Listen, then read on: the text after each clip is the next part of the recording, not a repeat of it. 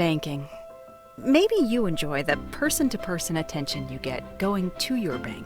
Maybe you enjoy the convenience of banking from home sweet home. Or maybe you like the flexibility of paying your bills, applying for a loan, or talking to your personal banking person from wherever fits your fancy. Then definitely, you should bank at Mountain West Bank. Member FDIC. The easy, convenient, any way you want to bank. It's time to start planning for back to school. That's why I got my kids vaccinated for COVID-19. Kids 12 and older can get vaccinated. The vaccines have been researched and tested. They're safe and they work. And I hope everyone will choose to get vaccinated too. A hit in the morning, another between class, after school, and more before bed. Vaping sucks you in quick. Not to mention all the chemicals and health problems everyone's talking about. That's why thousands of teens are ready to take back their life their own way with My Life, My Quit. When you sign up with us, you'll get a free and simple quit plan that makes it easier to stop vaping. Visit mylifemyquit.com or text Start My Quit to 36072. At Toyota's National Sales Event, we don't just help you get the perfect vehicle.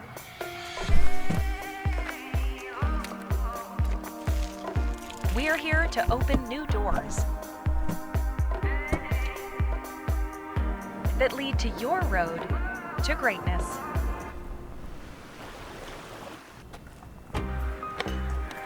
Your journey starts at Toyota's National Sales Event. Toyota, let's go places. We're Valley-wide country store. For 100 years, we've been your number one choice for food, fuel, farm supplies, and just about everything else you could need to get you through your day. We know you work until the job is done, and so do we. For gas on the go, or a little extra to help you get down the road, you can count on us. We are proud to employ your neighbors and to be a cornerstone of your community. We're Valley-wide. Yesterday, today, and tomorrow, we're here for you. I'm Dr. Christine Hahn. I'm an infectious disease doctor, and I'm Idaho's medical director for public health. It's my mission to keep our communities healthy and safe. That's why I believe every Idahoan should get their COVID-19 vaccine. The vaccine's been tested. It's proving to be very safe, and it's the most effective tool we have to stop the spread. Walk into a pharmacy or visit covidvaccine.idaho.gov to find your free COVID-19 vaccine.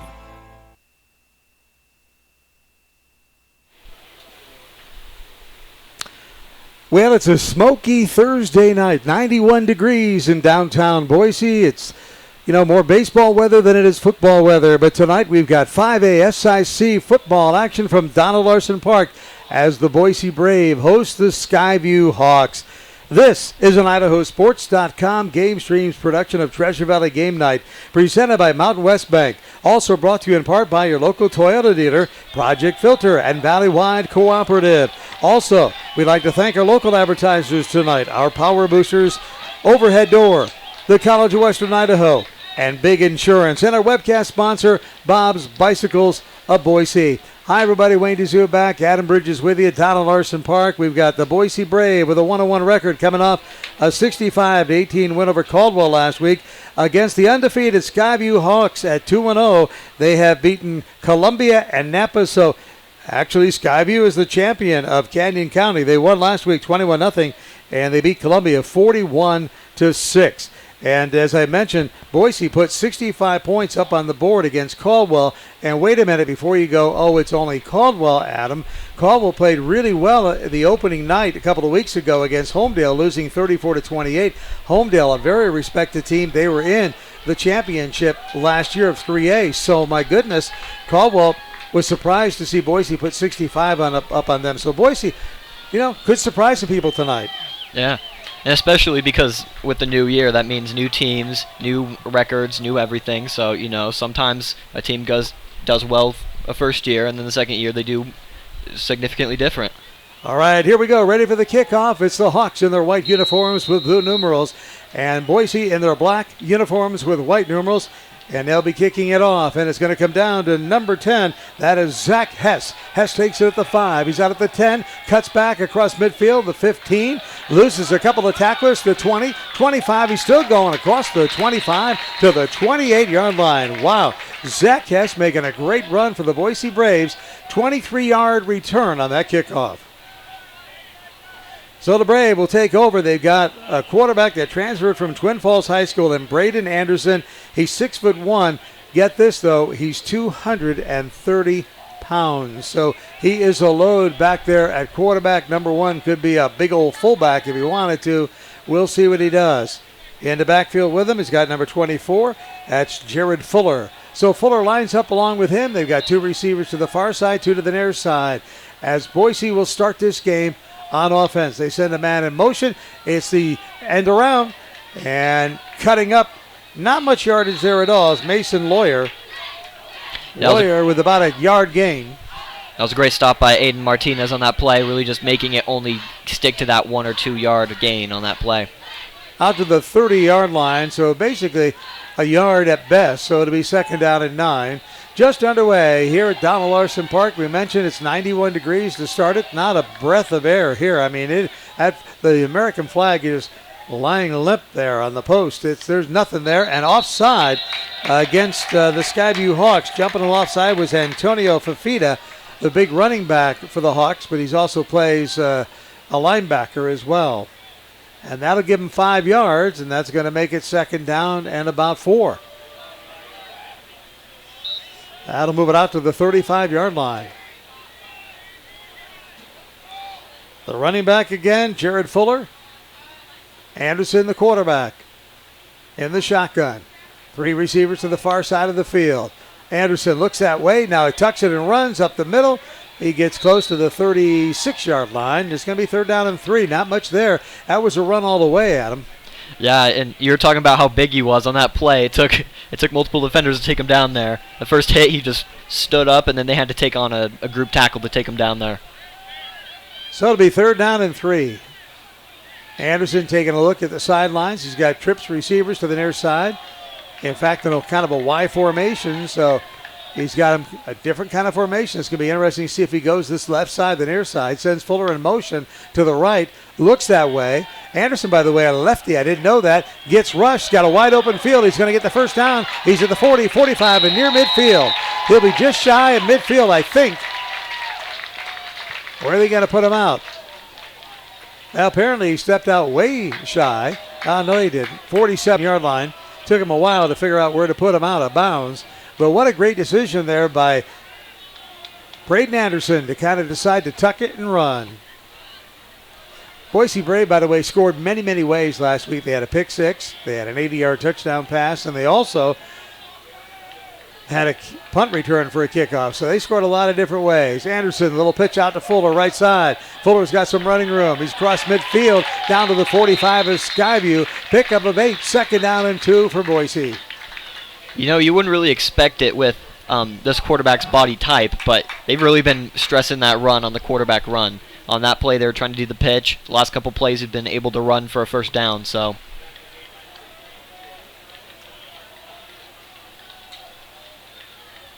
The officials, there was a flag there. I did not see it on the far side, right in front of the Skyview bench, rather.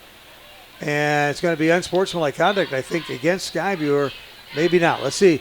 They just tack on 5 more yards, and it's going to move it to the 40-yard line. No signal from the referee. That flag was hard to see. It was kind of right there in front of on the sideline, in front of the Skyview bench. So a 5-yard penalty moves it all the way down to the Skyview 40-yard line. The Boise Brave, opening drive of the game, trying to move it. They started this drive on their 23-yard line. Anderson back to pass. Looks, throws deep down towards the end zone. Overthrows his intended receiver. That man there was number 21. That was Mason Lawyer, who is open. He broke open late, but the throw was about 5 yards deep. Yeah, the Skyview really caught a break on that play. If that would have been just a little bit on target, that would have been a touchdown on the very first drive. 9:45 to go here in the first period, just underway from Donald Larson Park. Again, supposed to be 75 for a high tomorrow, 91 right now. So it is muggy, warm, and we'll see which one of these two teams can handle this weather. Anderson hands off the Lawyer around the left side. Nothing there. That was the fly sweep again. Gets nothing, so it's going to be 3rd down and 10. Mason Lawyer had set up on the right side. They gave him the fly sweep. They're going to give him a yard, so 3rd down and 9. Yeah, it seems like Boise Brave at this point of the game is really just trying to focus on dominating that run game and trying to really focus on the run game and really bring that up to wear down this defense for later in the game. They weren't afraid to go deep, though, that one time. They sure tried to go there. All right, I think they're in two-down territory, though, Adam. They send Fuller in motion. He goes to the right. Anderson back to pass. Looks, nothing there. Get pressure, throws over the middle. Wide open, Lawyer, and he drops it. Lawyer drops it at the 12-yard line. He was wide open. And we got a flag down at the 42. You might expect holding, and that's exactly what we have. Holding against the Boise Brave. That'll bring it back. It'll be third and forever now. Third and about 15. Yeah, that was a great play by number 11 on Skyview at the very end of that play. Really laying the hit on that receiver, just making sure that he was not going to catch that ball. Actually, Skyview declines it to make it 4th down and 9. I would have taken it.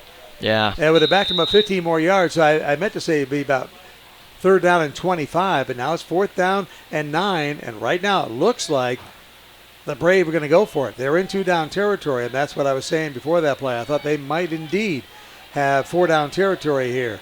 At the 39 of Skyview, Anderson with Fuller to his right. 3 receivers to the near side. 4th down and 9. Will Skyview bring the pressure? The snap.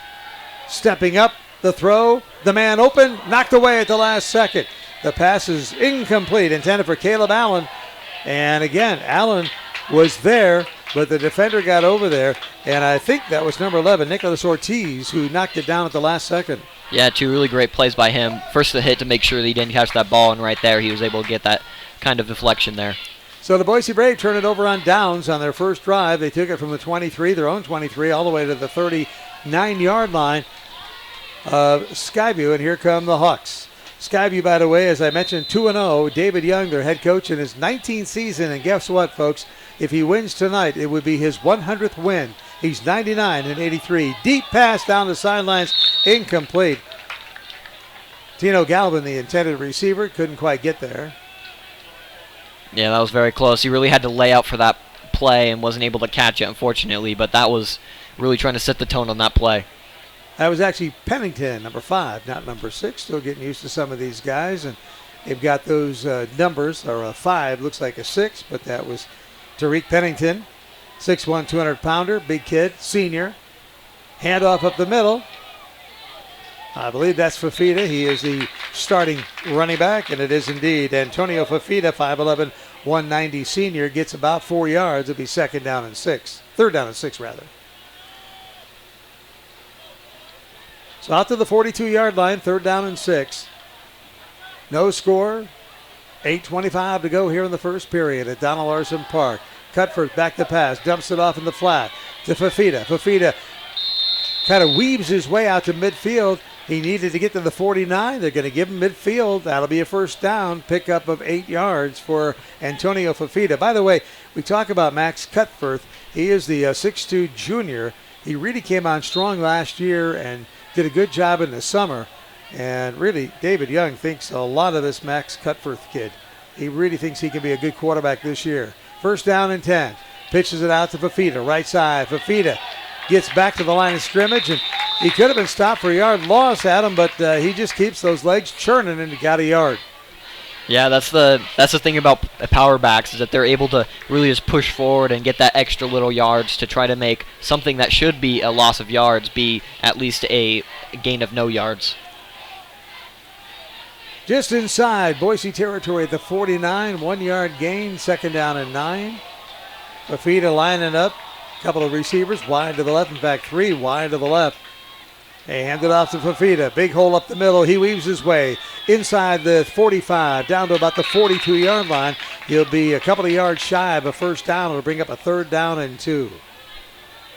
We talked about Antonio Fafita, running back, 5'11", 190-pounder, a senior.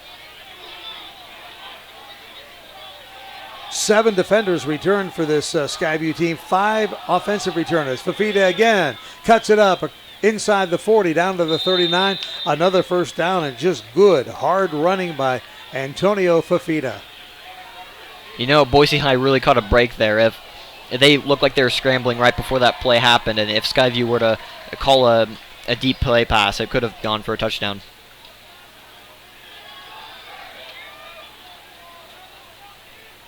little bit of confusion offensively. Andrew Snyder lined up on the left side, but Cutforth puts him over on the right. Back to pass. Lone all by himself in the backfield. Cutford's going to tuck it and run inside the 35 down to the 34-yard line. Picks up 5, maybe 6. Nah, they'll stay with 5 on first down. And that's the thing kind of about these newer generations of quarterbacks is that they're not really afraid to run in the middle of the field. Generally, they're afraid to run into those heavy, like, and big middle linebackers. But now, in that play, he wasn't really scared about that. Second down and 6. The play action fake, the keep, and that time Cutford close to a first down inside the 30 to the 29. I think he's going to come up just a little bit short, but it's going to be like 3rd and a foot, if that. Let's see if they move it. They actually put it forward. Yep, they do. That gives them a first down, so all the way down to the 28-yard line. So first down, Skyview now after taking over on downs, getting things done. Handoff, nothing there at all. And stopped is Andrew Snyder. Wow. Some good defense right there. Yeah, they really just blew up the play from the beginning right there. Carson Nilsson really knocking him down. So a good job by Nilsson to get him down. A loss of 3. So it'll be second down and 13. This is the first long yardage play that Skyview has had to face with here. 5:26 to go here in the first period. Cutforth has a man open down the sideline. It's complete. That is Mason Cron, and Cron down the sideline inside the 10, down to about the 7 or 6 yard line. Let's see where they're going to put him out. They say all the way to the 5. So first and goal to go for the Hawk. Nice little pass by Cutforth out there. Nice catch by Mason Cron. Yeah, and that was also a nice play by number 3, Aiden Martinez on the Boise High, able to stop that play from getting into the end zone. First and goal to go. Cutford rolls to his right. Looking in the end zone. Throws as a man wide open. Touchdown. Camden Young pulls it in. A 5-yard touchdown run to Camden Young. And it's 6-0.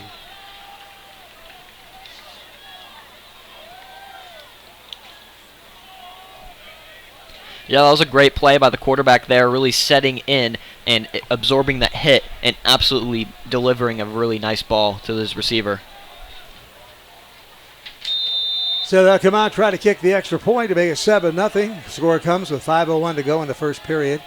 Nice drive by Skyview. Boy, I tell you what, they look pretty good getting down there. That's for sure. Camden Young, by the way, is the holder.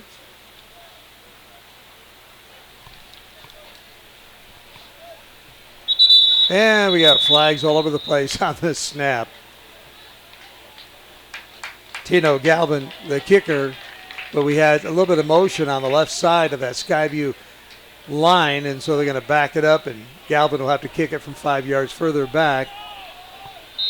Watched him warmed up. He's got a pretty good leg, so this should not be a problem.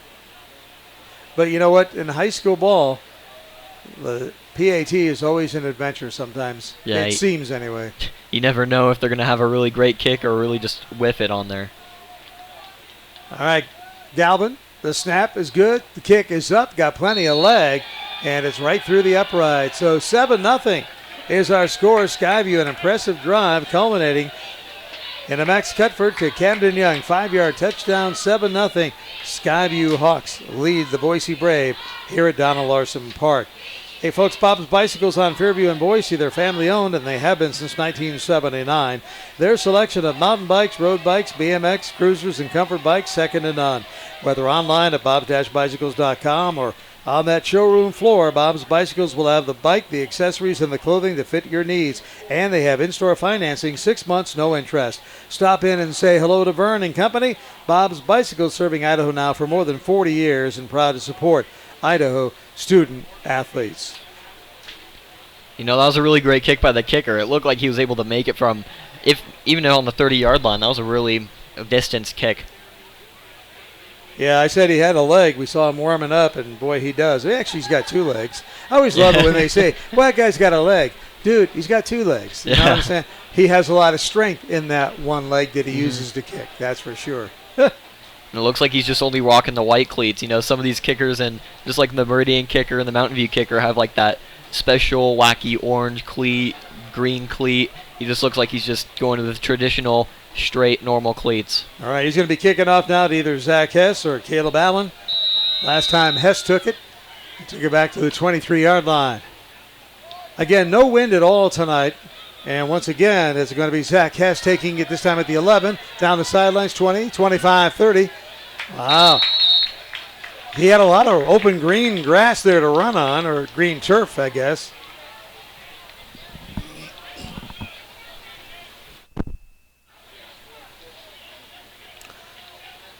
And this time the Boise Brave will start at their own 33-yard line.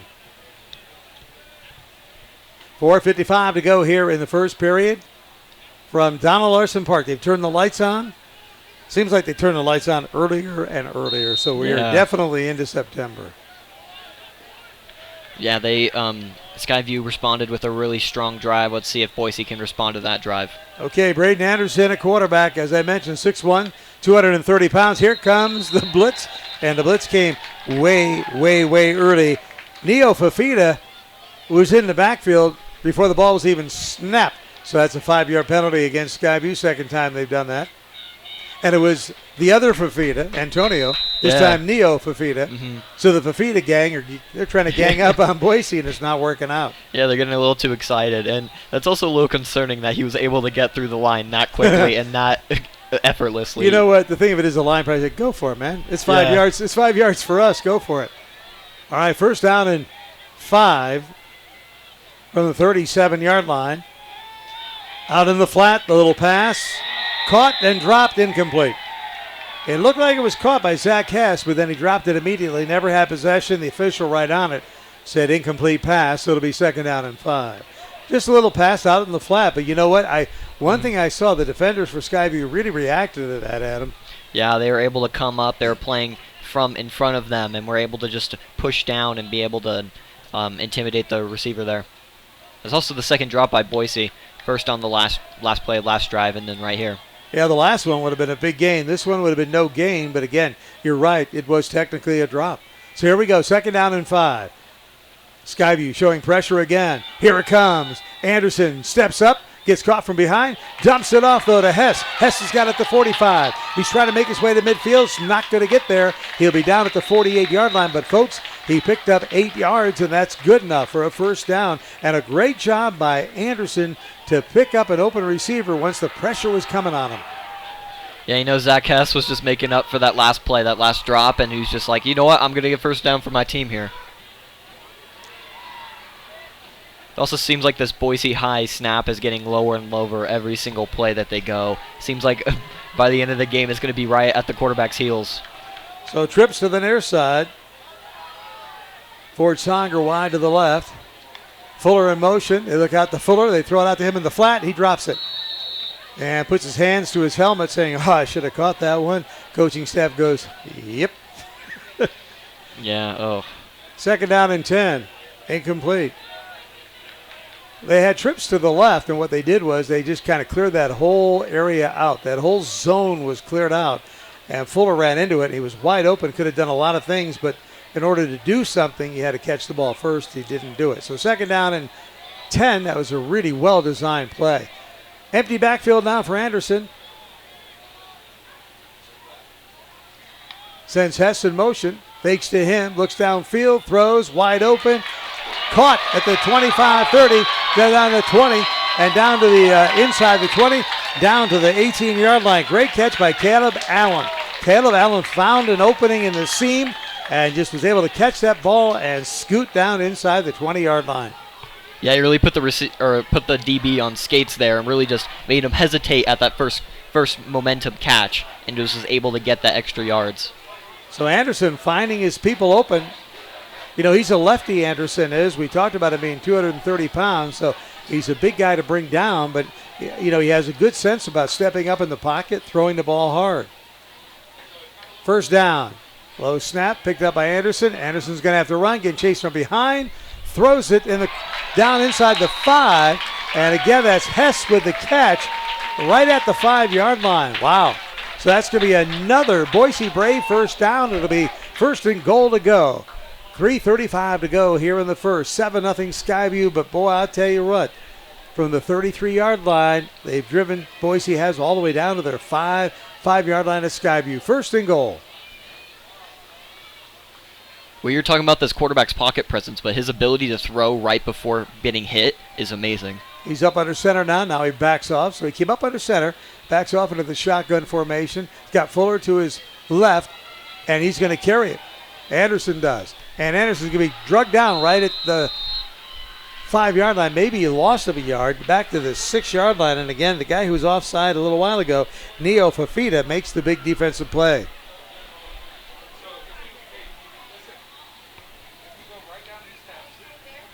So a loss of a couple of yards back to the 7. It'll be first and goal from the 7, not the 5 now. Or second and goal, I'm sorry, from the 7-yard line. Got Allen back there and Fuller back there. So you got 2 running backs. You got Hess and Lawyer wide to the right. Anderson in the shotgun. Back to pass, looking. Gets out of the pocket and then gets really knocked down. Wow, and guess who again? Neo Fafita. This kid is bringing the wood right now. Fafita is 5'10", 180 pounds, and you would think he's about 250 pounds the way he's hitting, folks. Yeah, indeed. And especially, he's just showing he's excited to get at that quarterback. With that one play, he was just too excited to go through that line, but now he's just really showing it, really able to time his jumps. So all of a sudden, it went from first and goal from the 5 to third down and goal from the 15-yard line. So a big play here for the Boise Brave. It looked like they were going to get on the scoreboard, try to tie this game up, and now they got some work to do. Anderson all by his lonesome in the backfield, empty backfield. Here comes the pressure again. Delayed blitz over the middle. Touchdown! What a beautiful pass and catch right there to Ford Songer. Ford Songer with the catch, and that pass from Anderson was right on the money. 15 yards.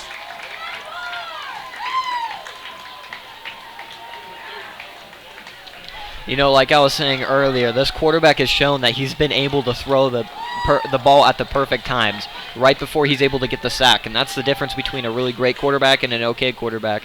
The great quarterback's able just to get that ball out at the exact same time and avoid that sack.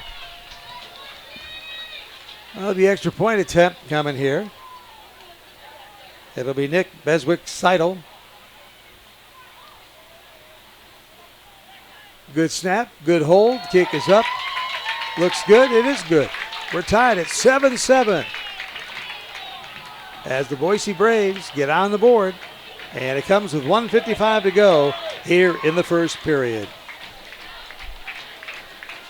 We'll be back right after this. At Toyota's National Sales Event, we don't just help you get the perfect vehicle.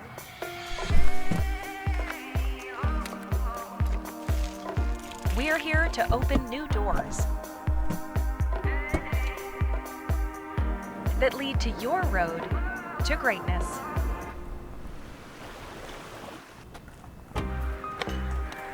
Your journey starts at Toyota's National Sales Event. Toyota, let's go places.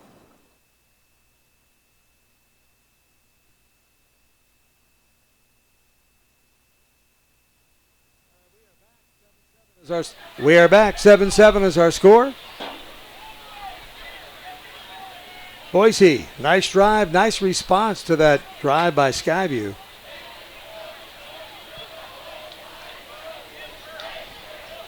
So Skyview's going to send Aiden Martinez back deep. Also, Johnny Ordinescu. Seidel will kick it off. Again, Boise in their black uniforms, white numerals, trimmed in red, black helmets. Skyview in white uniforms with blue numerals, white helmets. Seidel. The kick. And it's going to come down to Martinez at the 4-yard line. Martinez at the 10. He's hit at the 15 and hit hard. 3 different players in there to make the stop. Good job by the Boise Brave. Justin Wolfson, who was the first to greet him.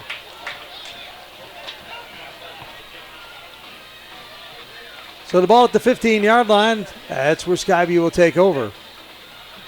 7-7 ball game. You know what? We mentioned Skyview 2-0. They have wins over Columbia and Nampa. And, of course, the Boise Brave are 1-1. They lost to Emmett 42-7 to start the year, but then put 65 points on the board against Caldwell last week. And before you say, oh, it was only Caldwell 2 weeks ago almost beat Homedale. So, you know what? Pretty impressive. Ball knocked away at the last second. What a great defensive play there by number 14, Smith. Colton Smith. Yeah, it was really great play by the DB. You know, being a DB myself, it's always really nice to have those plays where you just read it exactly perfect on the out route and just able to swat the ball before the receiver can catch it. You know, I mentioned that Boise scored a lot of different ways last week in their game against Caldwell. One of them was a pick six. Smith had an opportunity to do that. Cutforth going left, throws it out there, complete to Camden Young. Young will get about 8, depending on where he put this forward progress. Then we got a flag down. And I think it's going to be in the backfield. It looks like it's going to be holding against Skyview, a C. It's going to be against the Skyview Hawk holding. It'll back it up half the distance to the goal line. So a big play out to Camden Young that would have made it 3rd down and 2. It's now going to be 2nd down and long. They have not moved anything yet. They said it was against Skyview. And maybe... but they have not moved the ball from where Young caught it. So there's a discussion going on right now. Yeah, I have no idea if they, for some reason, declined the penalty. I have no idea why they would do that, but... well, the official, now they're going to back it off. So there we go. It just took them a while to figure out what's going on. I'm not sure why. Maybe they were just trying to decide what side of the field that they were going to place the ball, because the play was on one side, but it started on the left side of the field. Yeah, they just put it back where it was before, so that's where they go. Because, yeah, they were over towards the right hash mark. They're going left to right now, so they're closer to the near side. That's where they put it. And it's going to be 2nd down and 20. Cutforth in his own end zone. Steps back, throws underneath. It is complete. And not a whole lot there. Looked like number 11, Caleb Allen, on that play was able to sniff out the play. That screen was able to stop it right before it was able to get a couple yards. So actually, if they get any, I think they may have, they may have lost a couple more. It's 3rd and 22 now. So let's see if Boise pins their ears back and comes after them. But they've got to be careful. This Skyview team has got some good wide receivers. Camden Young being one of them. Max Cutforth probably looking for his number 1 receiver in Young. Let's see what he does. Nope, he decides to hand it off Fafita. And Fafita, nothing there, and a flag comes down late. And a lot of extracurricular activity out on the corner. Yeah, number 23 and number 3 were getting at it. They were really just going after the play, throwing each other to the ground. But they didn't call that. They called something they're going to call face mask against the Boise Brave. So Fafita trying to go up the middle. They brought him down, but they got him with a face mask. Yeah, I was kind of confused because it looked like the running back was super excited after he got put down. I'm like, you just lost yards. Why are you excited? So it's not an automatic 1st down, but what it is 3rd down and 5 now. Much more makeable than that 3rd down and 22. Yeah, I'm sure they're grateful for that play, giving them really some space to work with and some breathing room. Bailed them out a little bit with that face mask. Let's see if they can bail them out all the way. Cutforth back to pass, throws over the middle, and he overthrows his intended receiver. That was Pennington, and it's going to be 4th down and 5. So he just kind of threw it over his head. Never really had a chance. Pennington was cutting across the middle, and the ball actually thrown behind him and over his head. Yeah, and he took a huge hit at the end of that play as well. So 4th down and 5.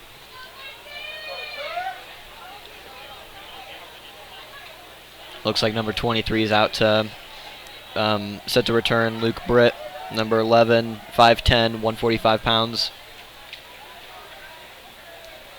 Here we go. The punt. Little pressure, low punt. Britt's going to let it go out of bounds. I mean, it went out of bounds in a heartbeat. Yeah. And we'll see where they put it out. You know, watching Mountain View and the Meridian game, we saw those punts go way up high in the sky. That one was just a line drive straight. They still haven't marked it yet. Now they do at the 37-yard line. So Boise will have it at the 37 of Skyview. That's only about a 10-yard punt. With 28 seconds to go here in the first period, tied 7-7. Well, that's the thing about marking punts as well, is that sometimes it goes out of bounds, but it doesn't land for like another 5 yards. So it's kind of like, do we place it right where it went out of bounds, or do we place it right where it kind of equivalent where it landed? At the 37, here comes Anderson. Anderson's got trips to the near side. Low snap, fakes it to Fuller, keeps it, and he's going to get swallowed up at the 41-yard line by 3 Skyview defenders. Yeah, it looked like the main defender was number 33, Dallas Curran, the tight end and defensive lineman, just really out there to bring the quarterback down. I'll tell you who else was there was Charles Judy. This is a man among boys out there. He's 6'4", 234 pounds. He is a load. Well, I definitely really need that big line with this big quarterback to really take him down. That's going to do it for the first period. We're a 7-7 ball game here at Donald Larson Park. The Boise Braves 7, the Skyview Hawks 7. We'll be back right after this on IdahoSports.com. Banking. Maybe you enjoy the person-to-person attention you get going to your bank. Maybe you enjoy the convenience of banking from home sweet home. Or maybe you like the flexibility of paying your bills, applying for a loan, or talking to your personal banking person from wherever fits your fancy. Then definitely, you should bank at Mountain West Bank. Member FDIC. The easy, convenient, any way you want to bank.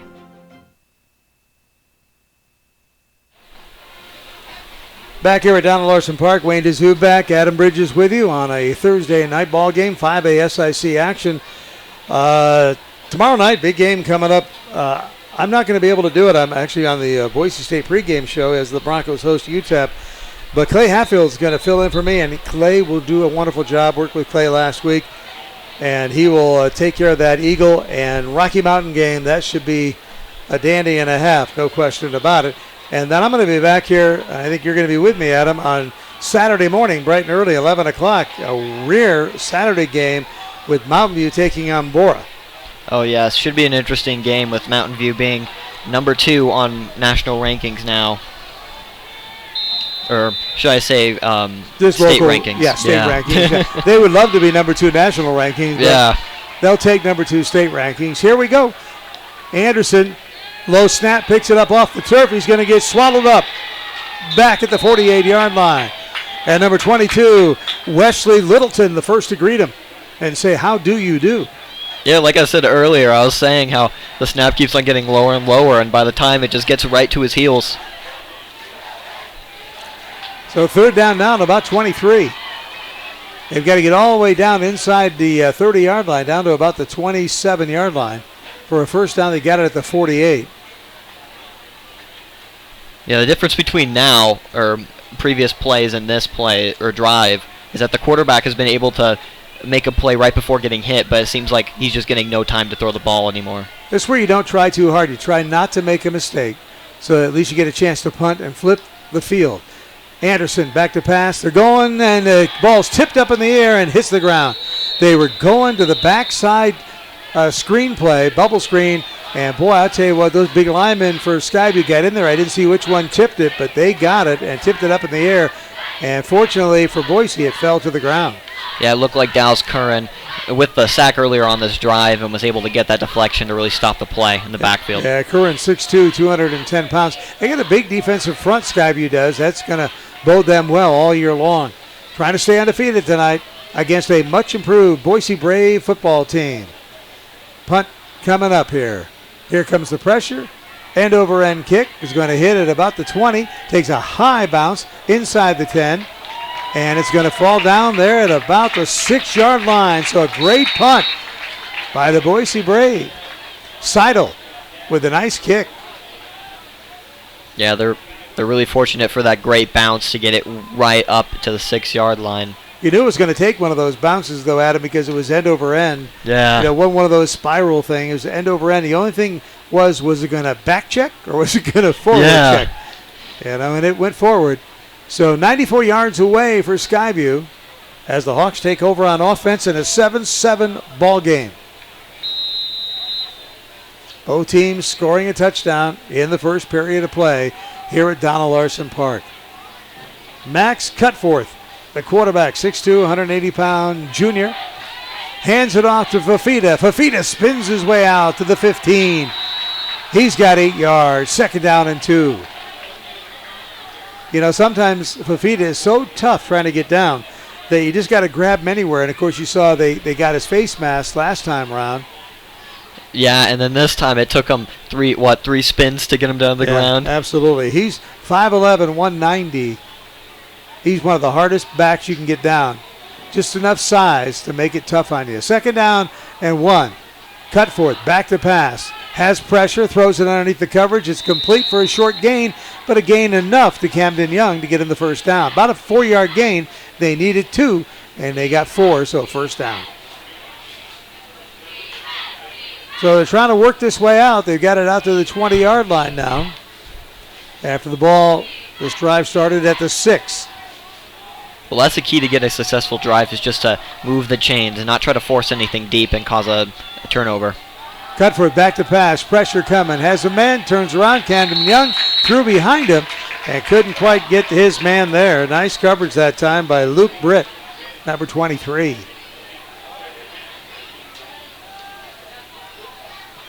So it'll be 2nd down and 10.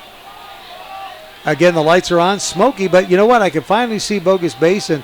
Barely, but I can see it because I couldn't see it all day long.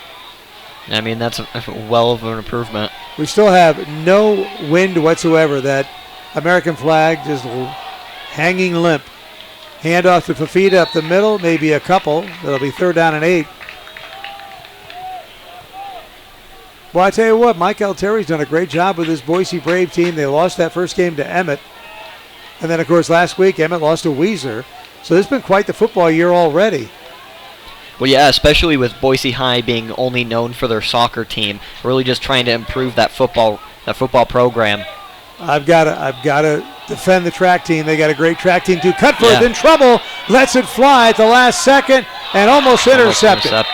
And almost defended poorly there, because sometimes it almost looked like Colton Smith had his hands on the receiver, and then he pushed him off to get to that interception try, and he's lucky there was no flag called.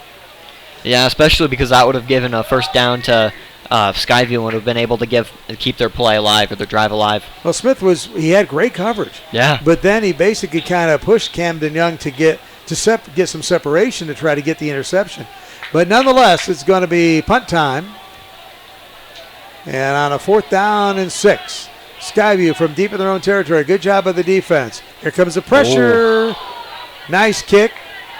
Going to be taken by Boise at the 45-yard line, 50, 45, cutting back to the 40, inside down to the 35, all the way down to the 30-yard line. Luke Britt with a great return, making a couple of defenders miss and giving Boise, again, great field position to start this drive. Yeah, we were just talking about Colton Smith missing that interception on that last play, but he almost made it up with a very huge block. He was just, 1 second away from getting that block and getting it in great field position. Well, they got great field position as it is. The ball at the 33-yard line.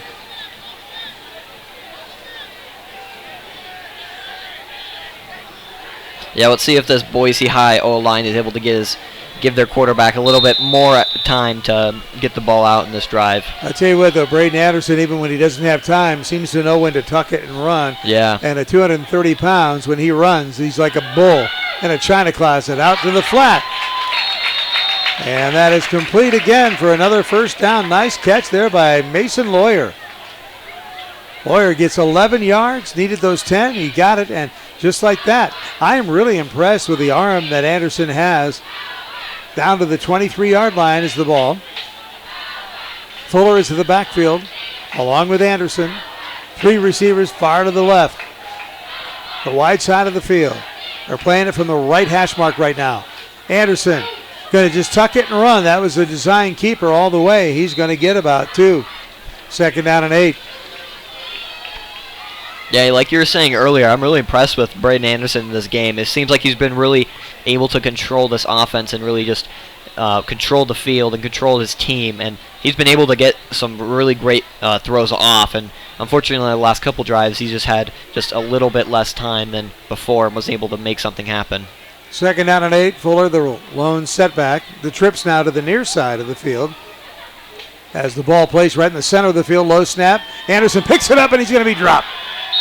And it's Fafita again, Neo Fafita. He has been unstoppable right now, that offensive line for Boise to not have an answer for Neo Fafita.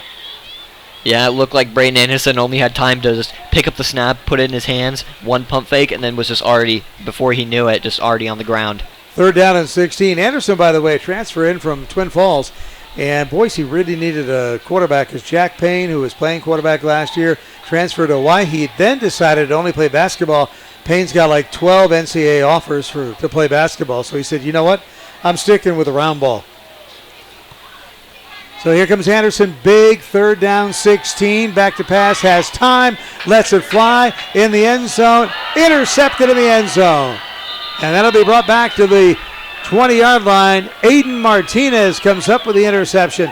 But you know what? That's now it's not as good as a punt because they bring it all the way back to the 20. And that's only like a 4-yard punt. So a great job by Aiden Martinez. A pass intended for Mason Lawyer, and Lawyer was double covered. So that's we're handing out all these accolades to Anderson, but that's his first big mistake. He threw into double coverage. Yeah, and it really didn't seem like the receiver really had a good chance to get that ball, especially since he was significantly shorter than those 2 DBs that were on him there. 7.5 to go here in the first half. 7-7 our score. Wayne DeZubak, Adam Bridges with you, live from Donna Larson Park here on IdahoSports.com. Coverage of 5A SIC. It's audio only, but we're glad to be with you and glad you joined us now. Cutforth over the middle. Throws incomplete. A pass intended there for Pennington. Tyreek Pennington. Incomplete. It'll be 2nd down and 10. Well, the thing is, too, about getting an interception instead of punting, is I feel like with an interception, it gives a little bit of a morale boost more than it would have it as a punt and just forcing a 4-and-out. 2nd down and 10 now. Here comes Cutford. Has Fafita to his left. Looks that way. Pitches it out to Fafita. He's trying to go scoot around the outside. Gets away from one tackler across the 25 to about the 27-yard line. It'll be shy of a first down. It'll bring up 3rd down and about 2. Nice little play that time by Skyview to mix it up. Yeah, sorry about that. No. Yeah, it seems like Fafita has been really the only person on the Skyview team that's really been making an impact. They hand it off to Fafita. Fafita up the middle, close to a first down. Needed to get to the 30, but I don't think he got it. Now, one official's putting it right at the 30, but his back was to the 30. I thought the ball was more at the 29, and they're going to give him a first down, so he gets a great mark from the official. Wow. Yeah, it looked like he was just about like a yard short, but luckily the refs gave it to him. Well, luckily. You know, if you're a Skyview fan, yeah. Yeah. So 1st down and 10 from the 30-yard line.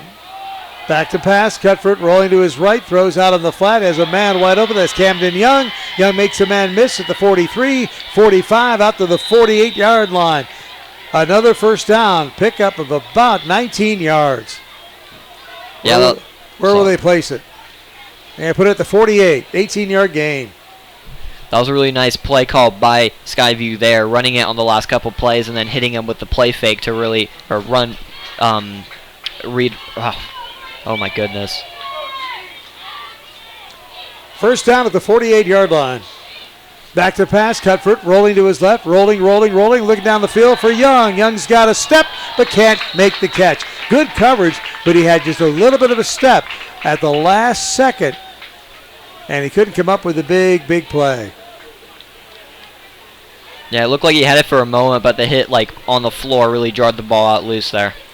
Luke Britt was on the coverage. Luke was right with Young all the way. Yeah, sometimes you have it in your hands for a little moment, and then as soon as you hit that impact on the ground, it just pops out. Yeah, that would have been a tough one for him to corral, but he made a nice attempt at it. Cutford, again, rolling to his left, and again looking downfield, throws under the coverage, drop. That was intended that time for Mason Cron, and he just dropped it.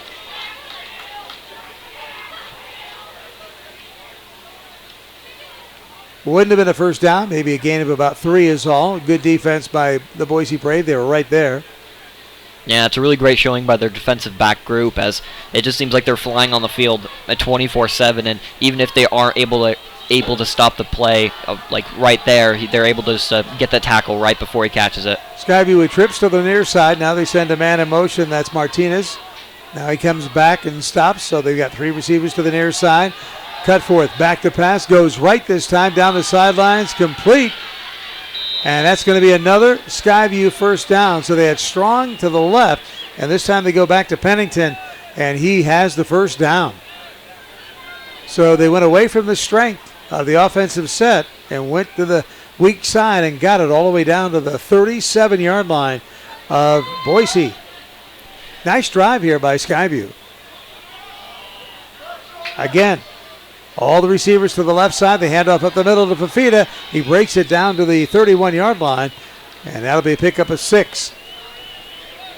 I really liked how he dived at the very end of that play to just get those little extra yards, because you never know. A couple extra yards could be the difference of a touchdown or not. 2nd down and 4 from the 31. Fafita the lone setback. Again, Fafita gets the handoff, breaks it to the outside. He could go. He's at the 15, the 10, the 5, touchdown. A 31-yard touchdown run by Fafita with 5:13 to go here in the first half.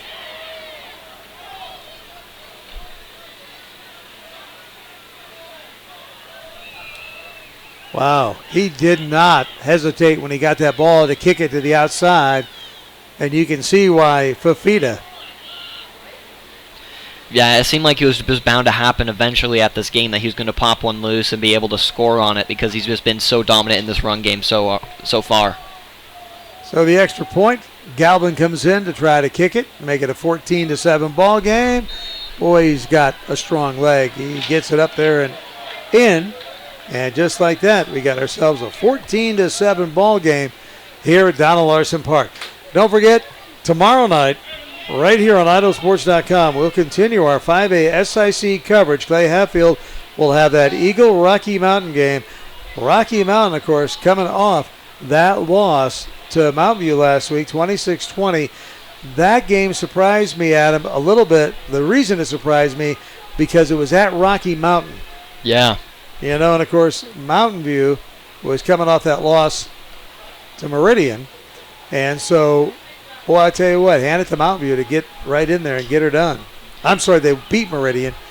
Don't know why I want Meridian to win that game. I don't know why I keep thinking that. Yeah. Meridian lost that game at the last second. I guess it's because I thought that game-winning field goal was good. We like we said, we both thought it was good, but yeah.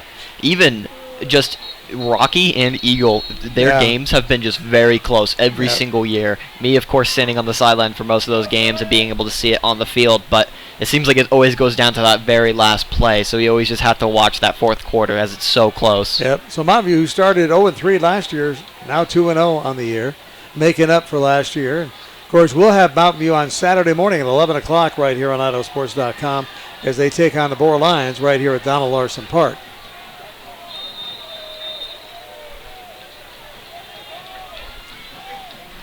All right, so the kickoff, here we go. Galvin going to be kicking it off. It's going to come down deep. Going to be taken by number 11, Caleb Allen. And Allen fighting his way across the 20, out to the 23-yard line. Not a lot of room there for him to go. A lot of white jerseys were over there as they did a good job pinning him into the sidelines. Well, let's see if Braden Anderson has an answer here.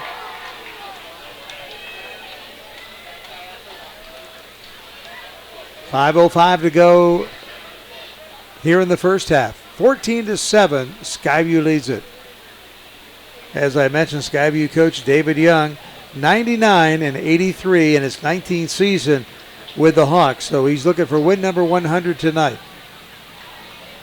Yeah, that'll be a very nice accolade to add to your career and resume right there. You know what coaches say, though? They're not thinking about that, but in the back of his head, he knew he had 99 wins coming in tonight. But he won't tell you. He won't admit that. Yeah, he probably has one special play just in case snuck in the back of his pocket, just in case if he wants to solidify that 100th win. Ernie Dryden now checking in for the first time as one of the receivers for the Boise Brave. Anderson there with Fuller, the running back, to his left. First down and 10. Back to pass, Anderson. Here comes the pressure. Little middle screen broken up. Guess who did the breaking up?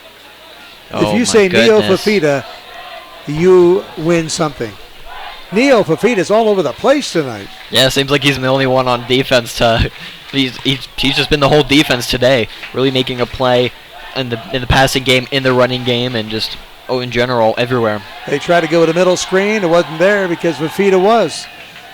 Second down and 10, incomplete. Anderson now still facing those 10 yards, but with one less down.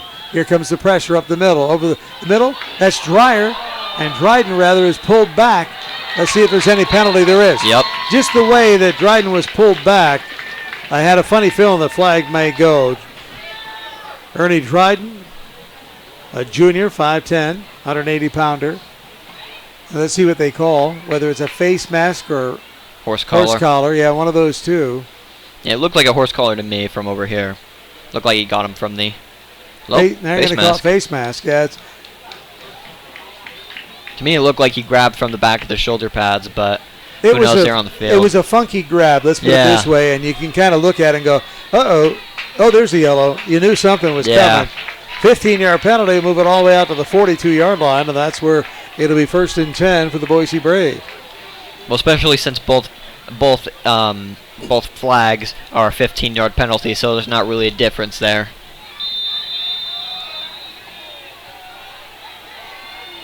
So Anderson now all by himself in the backfield, empty backfield. And this is when Skyview has brought the heat. They're going deep. Looking down the sidelines, incomplete. Oof. Yep.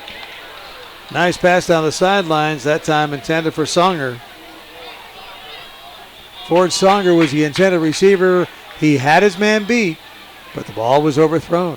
Yeah, he was just one step up behind that ball. If he was just had one extra step, he would have been gone into the house. So second down and 10. I tell you what, Mike Altieri not afraid to bring out the bomb, and he's got it with this guy Anderson. He's got the arm. He's a lefty. Now he's got two in the backfield along with him, so he's got company in that backfield. Last time it was an empty backfield. Now he's got two people back there. Back to pass. Nope, he hands it off to Fuller. Second man through, and Fuller gets across the 40 to the 41, but it's going to be third and long. And we got a player down. This player is down for Skyview. And it looks like it's number 34. It looks like it could be. Is that Fafita? Yeah, no. It was, Antonio Fafita, who's the running back. So he's going to pop up there. It was Fafita, the running back. So he's playing both ways. And he's goes to the sideline, takes his helmet off. Looks like he's okay. Maybe just got his bell rung. Well, that's very dangerous for them, as he's been very impactful on this offense, and just to lose him on a defensive play, it just seems very unfortunate for them. You know, it's always tough, but if you want to be good, you want to win. A lot of these great players that you have, you got to run them both ways. Yeah. It's tough. I know at Capitol, Todd Simmons didn't really like to run players both ways, but he's had to do it now. You know, when you get a really good player, you just want him out there the whole game, but you take that chance. So third down and 11. Anderson back to pass, pressure coming over the middle, wide open. That's a first down at the 40, down to the 36-yard line. What a nice catch by Caleb Allen, but what a better throw by Anderson. Well, it looks like Anderson is definitely not fazed by that interception that last drive and has been able to sling it. Almost got one on that last play, and now is able to connect right over the middle of the field. What a big third down and 11 conversion all the way inside the 40 to the 38 of Skyview. Clock running now, 3:50 to go here in the first half, 14-7. Skyview leads it here on IdahoSports.com. Fuller in motion, coming to the right side. Anderson takes the snap, right up the middle he goes. Inside to 35, down to the 31-yard line. Pickup of 8. It'll be second down and about 2. You know, the thing about Anderson is that he's very slow at the beginning, but then he progressively picks up the pace and just really just speeds up progressively as the play goes on. And especially with his size, it's just super hard to bring him down. They're going to give him a little less than what I was so optimistically calling for. It's going to be second down and 3, so they bring it back a yard. Gave him a 7-yard gain. Fuller to the right. Anderson has it. Back to pass. Looks down the middle. Throws. Complete at the 10. And breaking away for the touchdown is Zach Hess. Zach Hess caught that for the touchdown from 32 yards out. And we're a point away from being tied again here at Donald Larson Park.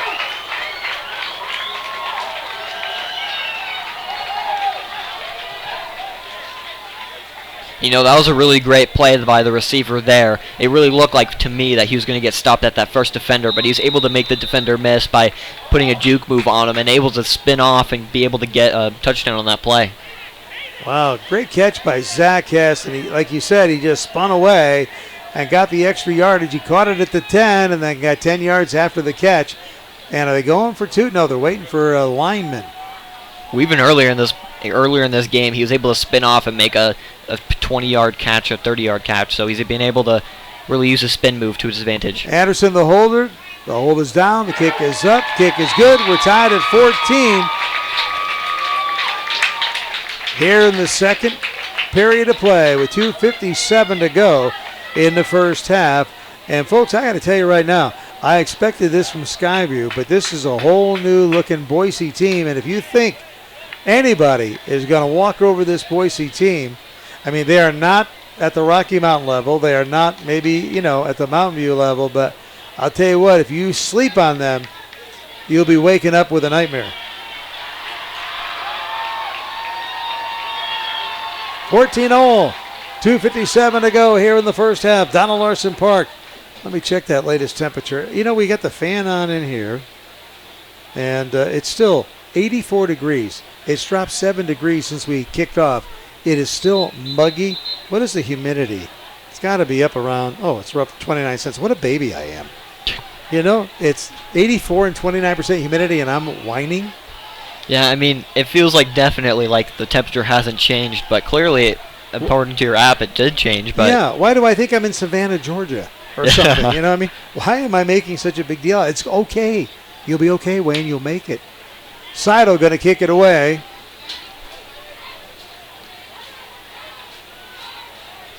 So here we go. Aiden Martinez, one of the receivers. Ornescu, the other. Here comes the kick. Seidel puts a right foot into it. And it's going to go over to Ornescu. Up the middle. He's hit hard at the 24-yard line. And stop right there. It's like a roadblock. Say, that's it. This road is not open anymore. Yeah, it was a really great job by number 19, Emmy Dryden, and number 30, Dexter Reinhardt, to really just group up and really just get him from the legs and up top to really bring him down. Well, let's see how aggressive here Skyview wants to be with 2:50 to go in the first half of a 14-14 ball game. They still have their 3 timeouts, so they might be able to drive something or make some play. Antonio Fafita in the backfield, so whatever he was shook up with, they hand him the ball right off the get-go. He weaves his way out close to about the 30-yard line, so pick up a 4. It'll be second down and 6. And that'll keep the clock running. Yeah, they're going to give more than that. They're going to give him 6 yards. Wow. Oh, they say he went across the 30 to the 31. Man. He must just keep those legs a-churning or something. Well, they've been really generous to him for this ball placement. They really have. I was going to say that, too. Cut for it. Right side of Fafita. Little pass out in the flat. Somehow he gets across the 35 to the 37-yard line. That's good for a first down for Skyview. He's just good. Yeah, he's been able to, and especially what I like from him the most from his showing so far is that he's been able to dive. He's been able to put the ball forward to get those little extra yards. Especially in this game, the game of yards where it's just every inch counts. It's just really nice to get those extra yards. Yep. Cutforth drops the ball. Ball still up for grab, and Cutforth finally falls on it. Cutforth went down to pick it up, lost it again, and then fell on it a second time. And fortunately for Skyview, there was only one black jersey in the backfield, and he couldn't quite get to the ball. Yeah, number 4, Carson Nilsson, was really just right there and almost just 1 second away from recovering that fumble. It's one of those bounces you talked about, inches. If that ball bounces an inch to the left, he's got it. It bounced an inch to the right. Cutforth recovered it. Second down and 14, though, now. So second and long. Cutforth back to pass. Throws underneath the coverage. It is complete to Antonio Fafita. Fafita. Let's see where they mark him out of bounds. He's got a first down, I think. There's a flag on the play as well, though. All right. We may have holding way back there. Let's see where they mark him, because the official did not do a good job of marking him. Marked him all the way across midfield to the 48-yard line. But as Adam pointed out, there's a flag back where you might suspect holding. It's going to bring it back. It seemed like they called it right as soon as he caught it, so it might be something with that. Still no signal.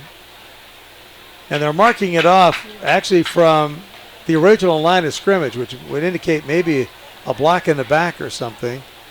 And I don't see any call. So it wasn't holding. I believe you're right. It was at the line, the original line of scrimmage was at the 38. And so now it's going to back it up. It's going to be second down and about 22.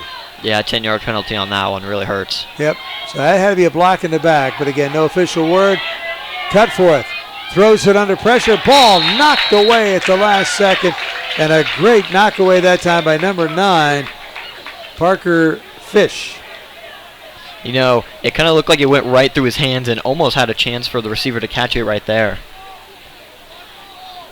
I tell you, this Boise team is much, much, much improved. I did a couple games last year, and Mike Altieri's done a great job. He's 4-4 in his second year. They didn't play many games last year.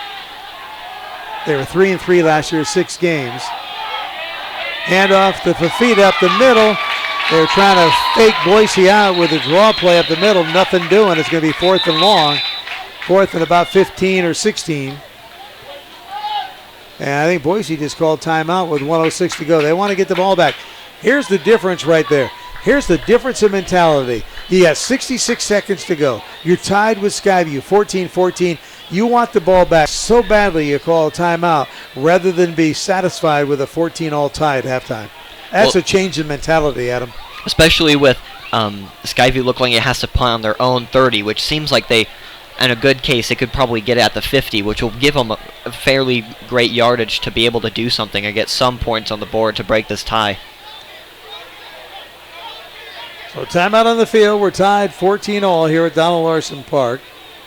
Thursday night, 5A SIC football right here on IdahoSports.com. Again, it's a Game Streams production of Treasure Valley Game Night. It's presented, as always, by Mountain West Bank. Also brought to you in part by your local Toyota dealer, Project Filter, and Valley-Wide Cooperative. And we don't want to forget about our local sponsors, our power boosters tonight, our overhead door, the College Western Idaho, Big Insurance, and our webcast sponsor is Bob's Bicycles of Boise. So here we go. Deep to receive is Luke Britt. Low snap. Kick is off. Britt going back. Lets it hit at the 28-yard line. It goes out of bounds. Number 14, Colton Smith, right back out there again and almost got that block for a second time. Well, I'll tell you what he does. He was, like you say, he was almost there. I don't think he could have got it. But what he does, he's harassing that punter to the point where he's seeing him out of the corner of his eye, and he kind of put that ball off the side of his foot. It wasn't as good as a block, but it sure as heck, he's thinking he's coming every time, and he's thinking about him going, I got to watch that 14. Well, it looks like he's just getting untouched. It looks like he's just going straight to the ball, like Skyview's just disregarding him. So the ball's at the 28-yard line of Boise. Anderson now, depending, it's kind of interesting, depending on how good a kick he got, because he got a bounce, maybe it was too good a kick and Boise will play it safe now. But they wanted to get the ball back, but let's see what Anderson does. He's back to pass. Here comes the pressure, and Anderson fumbles the football. It goes out of bounds. Wow. That was almost disaster because Anderson kind of wanted to try to throw it out of bounds. There was nobody there, and he had somebody holding his arm, so he couldn't get the oomph to get it out of bounds. But it's an incomplete pass. It'll be 2nd down and 10. I thought the officials were very generous that time. Yeah, and especially if you would have turned it over on their own 30 and given Skyview a great field advantage to try to get something right before the half. I don't know if his arm was really going forward that time, number one. Number two, it could have been, intentional grounding. So it's 2nd down and 10. Back to pass again, looking over the middle. Overthrows his intended receiver. That time that was Mason Lawyer. Yeah, it looked like number 3, Aiden Martinez on Skyview was just right over the top and could have had a chance on getting the tackle if he wasn't able to get the stop on the pass. So 3rd down and 10. Let's see if they call up the dogs. Well, the thing of it is now you've tried 2 passes. You haven't used much clock. You still, Skyview could get this ball back with 30 seconds to go or so. Yeah, especially if Boise High gets a bad punt and really gives Skyview good position. So let's see what Anderson decides to do. Play action fake to Fuller, throws that on the flat. And they're going to get close to a 1st down. A little pass out on the flat. Now let's see if they give it to him. Yeah. Looks like they're giving the signal to move the chains. That was a gutsy call to get it out there. That was Ford Songer who caught it and got the 1st down with, no idea what they did with the scoreboard there. Looks like they reset it for some reason. Yeah, they did. Now they got 41 seconds. There we go. We're back up. There's one of them technical guys back there. Yeah. Little anxious with the mouse. Yeah. So a timeout on the field. 14 all, 41 seconds to go. 1st down for the Boise Brave at their own 38-yard line. And we'll see if they've got something in that book that can get them 62 yards. And now they're only working with 1 timeout, so they'll have to be really cautious with their timeouts on this drive.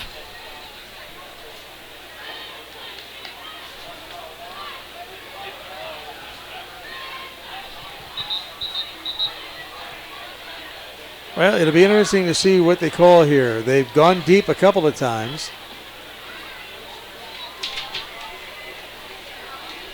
Well, it seems like they've been very close and just not being able to connect, unfortunately, on some of those deep plays that they've been trying. They've got Dryden and Songer split wide, right and left, respectively, on a 1st down and 10. Empty backfield. Oh, my goodness gracious. There's a jump offside. 3rd time tonight as Skyview's jumped offside. So with 41 seconds to go, it'll now be 2nd down. No, they're saying illegal procedure. Aha. If there was illegal procedure against the Boise front, it was only like a flinch. Because I didn't see it. I did not see it. Yeah, it looked like a flinch maybe from Boise High, but the Skyview jumping off sides looked very noticeable to me. I thought it was going to be on Skyview. Yeah, it really looked like they jumped offside again. But at any rate, so it's 1st down and 15. 41 seconds to go, 1st half. Tie ball game, 14 all. Boise and Skyview. Low snap. Anderson over the middle. It is caught at the 40-yard line and diving out to the 41. Nice job there by Caleb Allen. He gets 10 yards. It'll be 2nd down and 5. They've got to go. You mentioned it, Adam. They've only got the 1 timeout. The clock is going. 19, 18. Counting is 17. Back to pass. Anderson throws it to the sideline. It is caught and out of bounds by Mason Lawyer. And Lawyer gets a 1st down at midfield. And it'll stop the clock with 12 seconds to go. Now you're talking about maybe going to the end zone. I think Anderson has the arm to get it down there, but really you're 50 yards away. And look at the safety. The safety is 30 yards back downfield. So they're playing a prevent defense. Anderson. Here comes the pressure. Gets away from it. Throws it underneath the coverage. Incomplete. We're down to 8 seconds to go. It'll be 2nd down and 10. Again, that time that pass intended for Caleb Allen. I think the smartest thing for Boise High here is at least get some yards, maybe get it to the 30 and try to get a kick here to get just at least something to break the tie. Well, the problem they got now, they got 8 seconds, and so they're really in trouble. Right now, I think you just got to go Hail Mary. Send everybody down the field or, get them wide open. Hopefully somebody over the middle, maybe 20 yards down the field, and hope they can weave their way through the defense. Because the middle's pretty much wide open. Let's see what they do. Here comes the pressure from the outside, and Anderson's going to be sacked. And Anderson saw it coming and wisely said, okay, I'm going to take the sack rather than mess with anything. And we got a timeout called by Skyview. No, it looks like it was Boise on that one. Boise called the timeout. I'm surprised Boise did that. Yeah. They really want to get some offense in here, don't they? Yeah, if it was me and just letting up a sack right there and just making it a little bit less and less possible for them to get a Hail Mary, I felt like they should have just let it run into the halftime. I think there's a fine line between being aggressive and being greedy. Yeah. And I think at this point, with 2 seconds to go, 3rd down and 15, and watch, they'll throw a TD pass here and make me say, hey, guys, we have played a good 24 minutes of football, but we got 24 to go. We better be prepared. Well, yeah, and especially with that sack, it was at least a 50-yard throw, and now it's more like a 50, 55, 60. Yeah. Well, again, the only thing they can do, to my feeling, is that throw it over the middle. The middle's kind of wide open because the safety's playing 40 yards back now. He's all the way back at the 25-yard line. And, looks like they may punt it on 3rd down. No, they're just going to take a knee. They're going to take a knee. That's all they're going to do. Why stop the clock then? Last time. Let the 2 seconds run. So they just took a knee and played it safe, and maybe after talking about it, smarter heads prevailed. They said, look, we got a 14-14 ball game here. Let's not do anything that's going to change the whole momentum of this one. So we're at halftime here at Donald Larson Park, and our score, Boise 14, Skyview 14. You're listening to 5A SIC Thursday Night Football on IdahoSports.com. Banking. Maybe you enjoy the person-to-person attention you get going to your bank.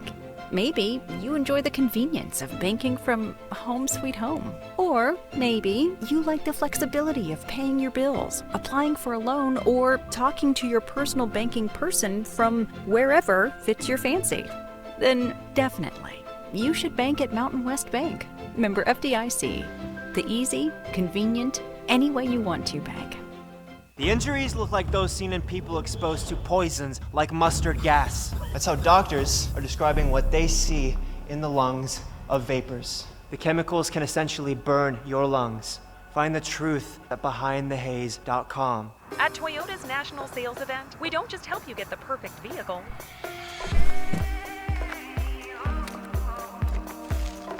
We're here to open new doors that lead to your road to greatness.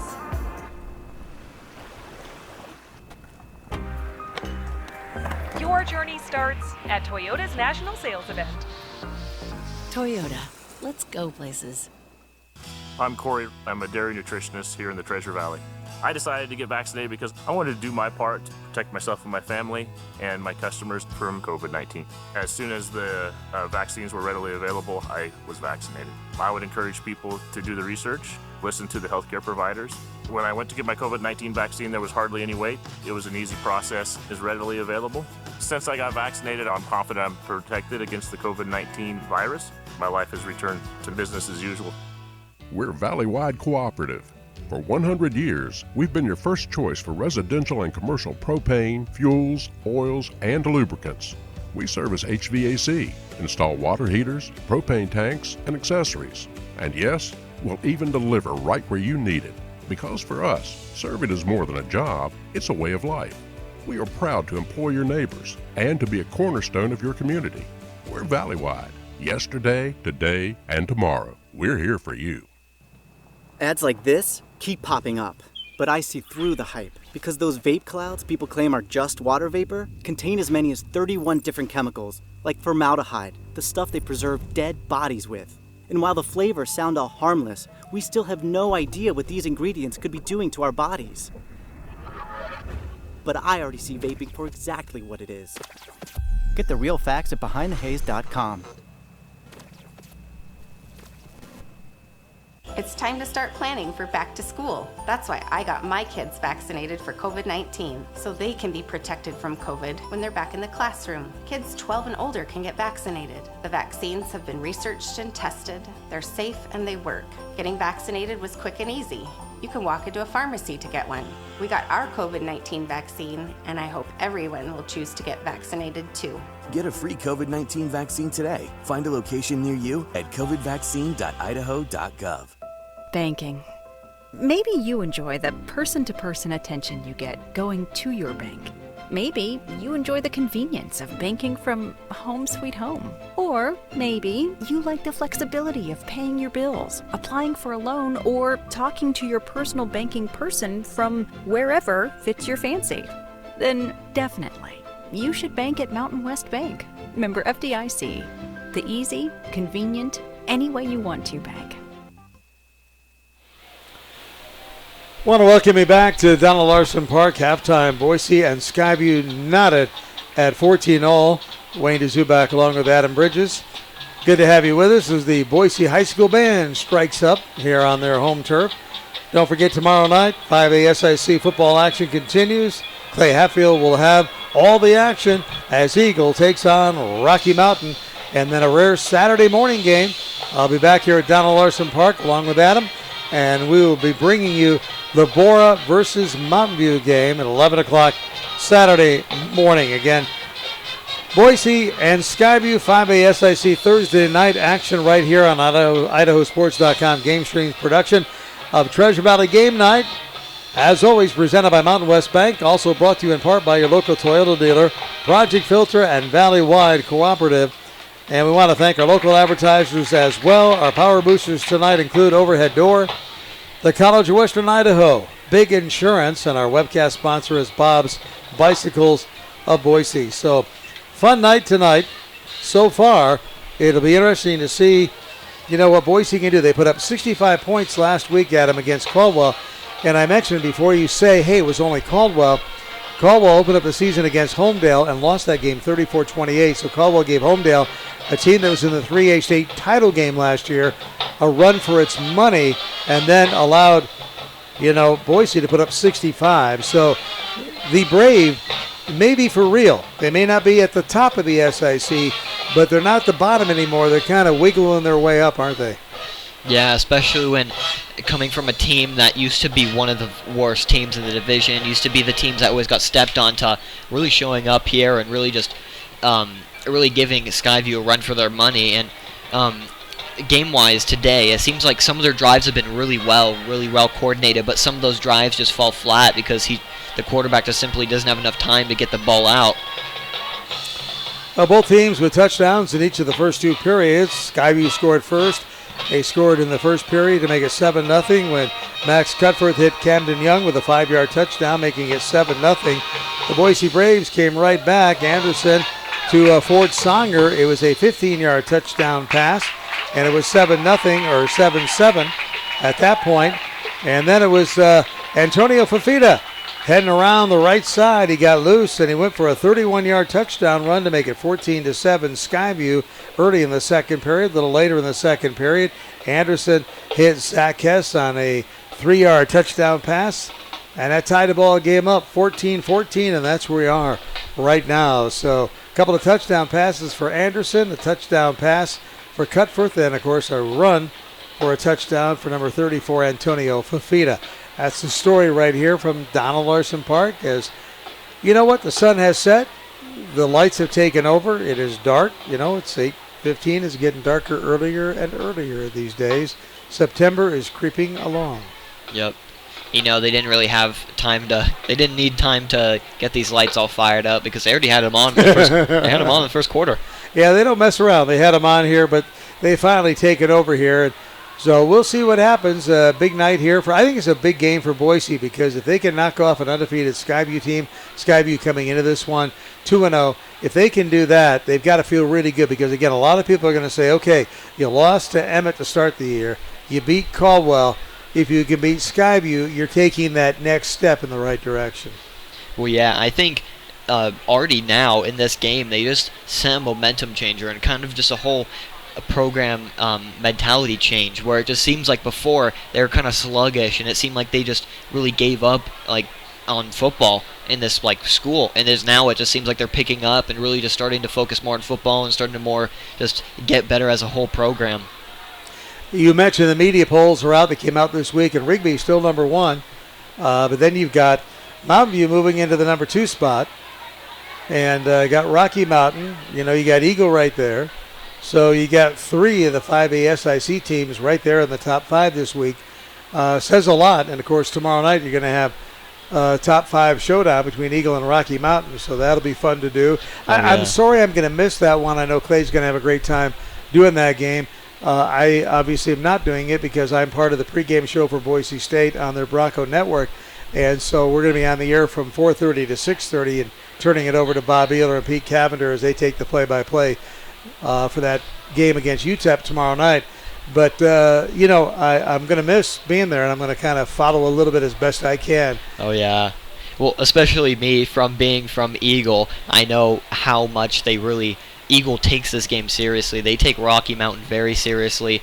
No one jokes around in this whole week of practice. Everyone is just picture perfect. They have to get every single thing right at practice and everything just to get this game to be just falling their way. Speaking of Eagle, when I gave you the temperature the other time, it's now 82, but I was looking at the Eagle temperature. Downtown Boise is 88. So it's 88 in downtown Boise, 25% humidity. So 88 degrees. It was 91 or 93 at kickoff. That's a warm night. It really is. And, both these teams it was cool last week, and then it was cool at the beginning of this week, and then just the last couple days, all of a sudden this weather turned, and it'll be interesting to see who can hang in there. Yeah. It's not horribly hot, but it's a warm night for a football game. It really is. Yeah, and I remember just this morning when I was on the Boise State campus, it was like 60 when I got there at like 7 a.m., and then it just progressively got hotter. I'm like, what is going on? It doesn't look like it should be hot, but it was like 90. Yeah, I know. I said that I had a meeting earlier this afternoon, and when I got downtown, I went, when did it get hot? Because all morning long it was kind of cool. Then all of a sudden it was like Mother Nature said, here, boom. But it's supposed to be 75 tomorrow. So if we just get through tonight, we'll be good. And you know what? Maybe we can become weathermen. Yeah. I don't know. If this sports gig doesn't work out, we can try weather, huh? Oh, yeah. Okay, why don't we take a break? Why don't we play those commercials again for our fine folks? And we'll come back here. Should be an exciting second half. We're all deadlocked, as you can see. 14-14, Skyview and Boise, right here at Donald Larson Park. Banking. Maybe you enjoy the person-to-person attention you get going to your bank. Maybe you enjoy the convenience of banking from home sweet home. Or maybe you like the flexibility of paying your bills, applying for a loan, or talking to your personal banking person from wherever fits your fancy. Then definitely, you should bank at Mountain West Bank. Member FDIC. The easy, convenient, any way you want to bank. Banking. Maybe you enjoy the person-to-person attention you get going to your bank. Maybe you enjoy the convenience of banking from home sweet home. Or maybe you like the flexibility of paying your bills, applying for a loan, or talking to your personal banking person from wherever fits your fancy. Then definitely, you should bank at Mountain West Bank. Member FDIC. The easy, convenient, any way you want to bank.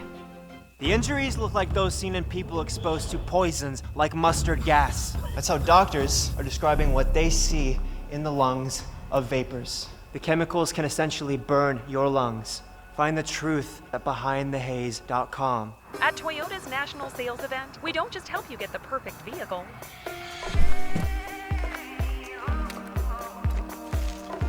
We're here to open new doors that lead to your road to greatness.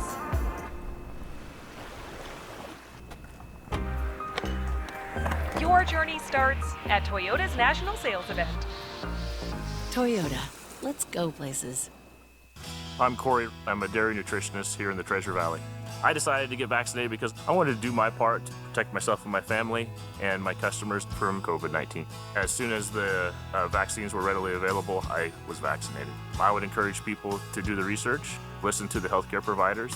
When I went to get my COVID-19 vaccine, there was hardly any wait. It was an easy process, is readily available. Since I got vaccinated, I'm confident I'm protected against the COVID-19 virus. My life has returned to business as usual.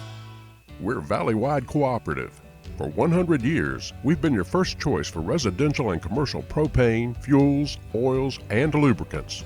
We service HVAC, install water heaters, propane tanks, and accessories. And yes, we'll even deliver right where you need it. Because for us, serving is more than a job, it's a way of life. We are proud to employ your neighbors and to be a cornerstone of your community.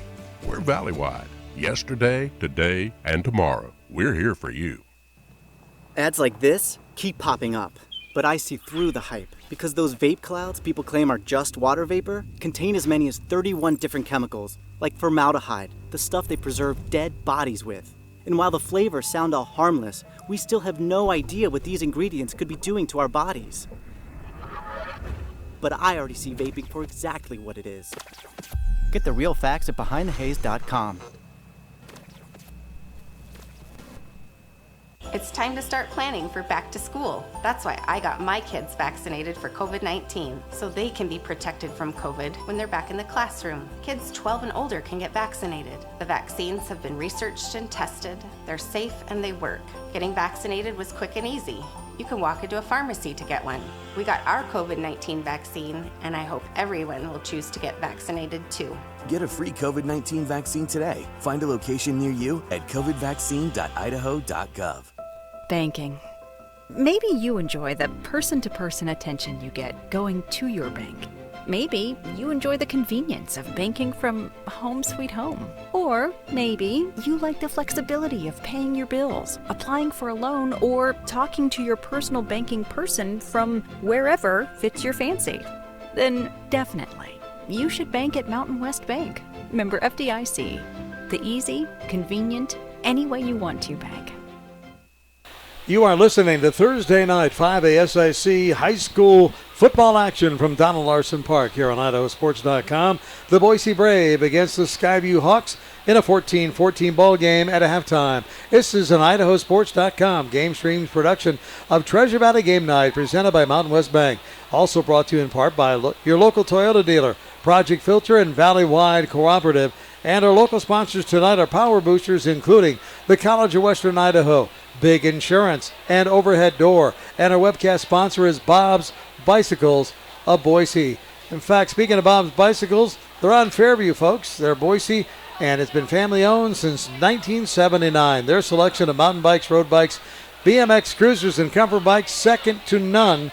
Whether online at bobs-bicycles.com or on the showroom floor, Bob's Bicycles will have the bike, accessories, and clothing to fit your needs. And they've got indoor financing, 6 months, no interest. Stop in and say hello to Vern. Bob's Bicycles serving Idaho for more than 40 years and proud to support Idaho student athletes. All right, we're ready to go. Wayne DeZubak, Adam Bridges with you. Second half, the teams are out there. The Boise High, Seidel will be kicking it off to the Skyview Hawks.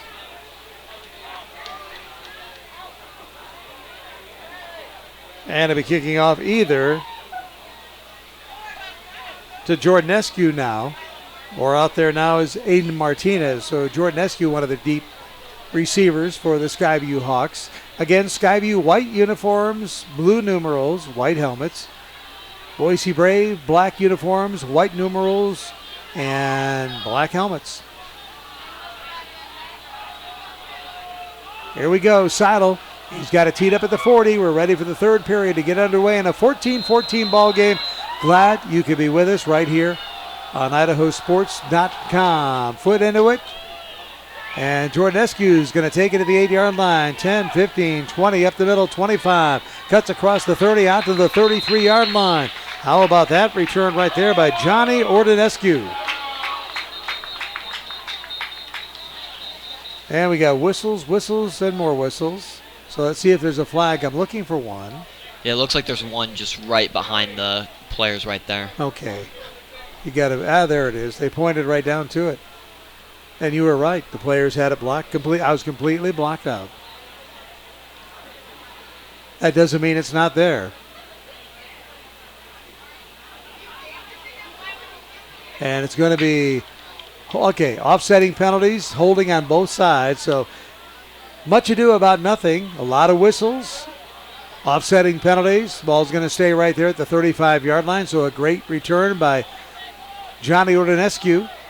And here comes Cutforth and company. Antonio Fafita, the running back. A 14-14 ball game. Good game on a Thursday night. Play action fake. Throw over the middle. Are they going to say he caught it? I think they are. Yeah. They got a difference of opinion. Let's see what the officials are going to confer. It did not look to me that Pennington picked it up off the turf, but his back was to me. The official was on the far side, had a better look at it. I think he just kind of scooped it off the ground, and they may call it incomplete. Let's see. It looks like they're giving it a catch, giving the catch symbol. Yep. So they did. So one official didn't like it, thought it was not a catch, but the other official said it was. And guess what? Pennington had just enough for a first down, 12-yard gain. Out to the 47-yard line.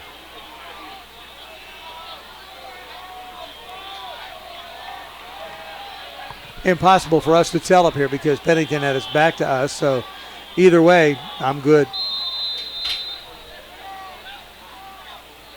Cutforth hands it off to Fafita. Fafita right side, bounces it down the sidelines. 40, 35, 33-yard line. Pickup of 15 yards. First down for Antonio Fafita. And Boise saying he fumbled at the end of that play. We've got a lot of whistles, but I don't see any indication that there was an actual fumble on the ball. Let's just take a second to just take in that great stiff arm by Fafita on the back side of that play. Fafita up the middle again. Again, trying to bounce it outside. He tries the middle, then bounces it outside. That's been open for him all day long. This one gets it down to the 29-yard line. That'll be a gain of 6. It'll be second down and 4. So Antonio Fafita really making things happen right now on the ground. And I think that's really what Skyview would like to do, is establish that ground game and keep it going. Well, both him and his brother are really dominating this game. Him on offense and his brother on defense. And they're really just taking control of this game. Back to pass, looking left, Cutforth down the sideline. Caught. It is caught, a reception. And that was tough. That was great defense, but it was Camden Young coming up with the catch. The ball was thrown on his outside shoulder, and the defender was on the inside shoulder, and Camden Young was the only one that knew that ball was coming, and he caught it at the 9-yard line. First and goal to go. Hand off to Fafita. Fafita tries the left side, and Fafita's pulled down at the 5, maybe the 4. They're going to mark him right at the 5-yard line. So it'll be second down and goal from the 5.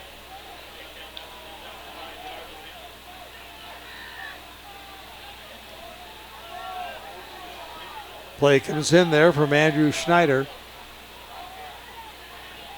Cutforth in the shotgun. Keeps it up the middle, down to about the 4, and hit hard right there.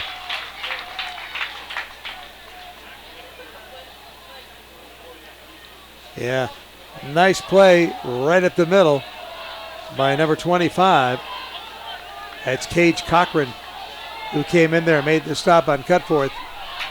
Well, it seems like Boise High has really just been stout on this defense, especially at this red zone. Third and goal.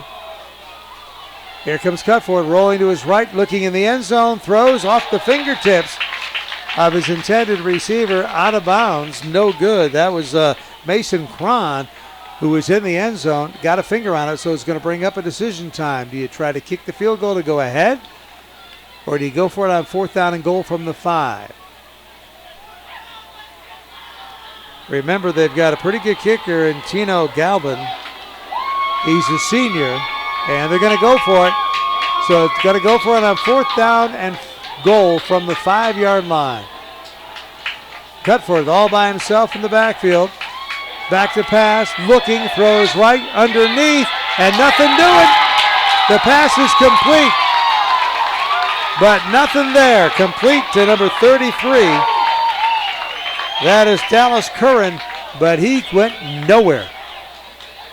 Yeah, they really just try to dump it off right at the line of scrimmage and try to get some ground and pound action going to get it right past the defender into the end zone, but unfortunately it didn't work out. So a turnover on downs. They passed. Really, I don't know that it was a gimme field goal, but I've seen their kicker. He's got quite the leg, so he could have put him ahead, and they bypassed the go-ahead field goal. Now they still have great field position here. As Anderson, empty backfield, he's standing at his 1-yard line in the shotgun. So they're backed up, and we got a flag just like that. Well, honestly, I don't blame them for, there's a B in the... Watch out, man. Yeah, I don't blame them for going for it on 4th down there, because it seems like every time Boise High has scored, it's been in response to Skyview scoring. So it just seems like it's kind of shootout-esque, where it's kind of like if they score. There was a flag on the play, illegal procedure, so it backs it up half the distance of the goal line. So now Anderson's 2 yards deep, throws it out, it's tipped, and falls into the end zone. Boy, I tell you what, he had a lot of pressure coming after him, so he got rid of the ball quickly. It was tipped by one of the defenders, fell harmlessly in the end zone. It'll be 2nd down and 15 back at the 3. Yeah, they really caught a break on that play. He's really lucky that no one was able to get a rebound on that play and just really get a turnover there. A rebound?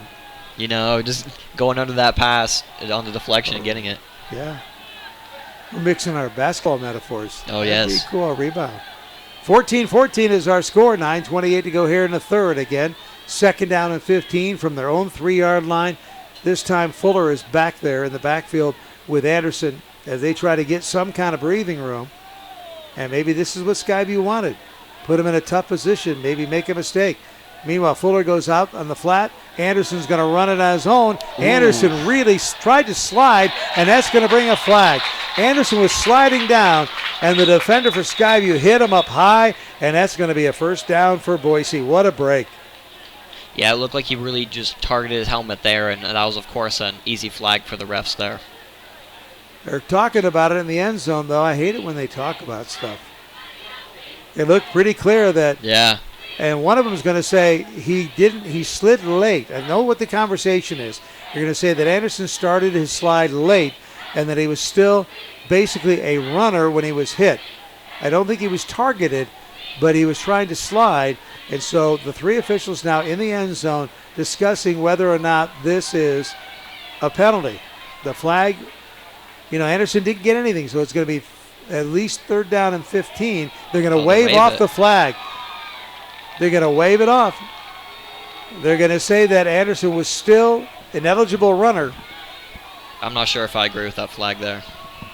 Well, the thing of it is that I could see what they were talking about. That's kind of why I knew what they were talking about, and they kind of made that judgment call. I think it was wise to throw the flag and then talk about it, because the defender had already made his move when Anderson started to slide and then hit him. So 3rd down and 10 is what it is. Anderson got about 5 yards. Back to pass. Looks, throws out on the flat. It is caught down the sidelines. Look out. All the way out to the 35-yard line. A great catch that time by Zach Hess. He came across the field on a slant route, caught the ball, got in front of the defense, and then got the sideline, so there's a little seam down there, and takes it all the way out to the 39-yard line. Pickup of 29 yards. 1st down for the Boise Brave. I'm really impressed with Anderson. He runs this offense. He seems confident out there. He wasn't shook up by the fact that he was hit. Thought he had a 1st down via penalty. Said, you know what? Hey, that's okay. We're playing football here. Yeah, and he even wasn't shook about that interception. He's just been able to sling it right after. Here we go. 1st down and 10 from the 39. Here comes the pressure up the middle, out on the flat. Caught, and out across the 40 to about the 43-yard line. And again, nice catch there by Ford Songer. Songer's been a big part of this offense tonight. He's got a couple of big plays.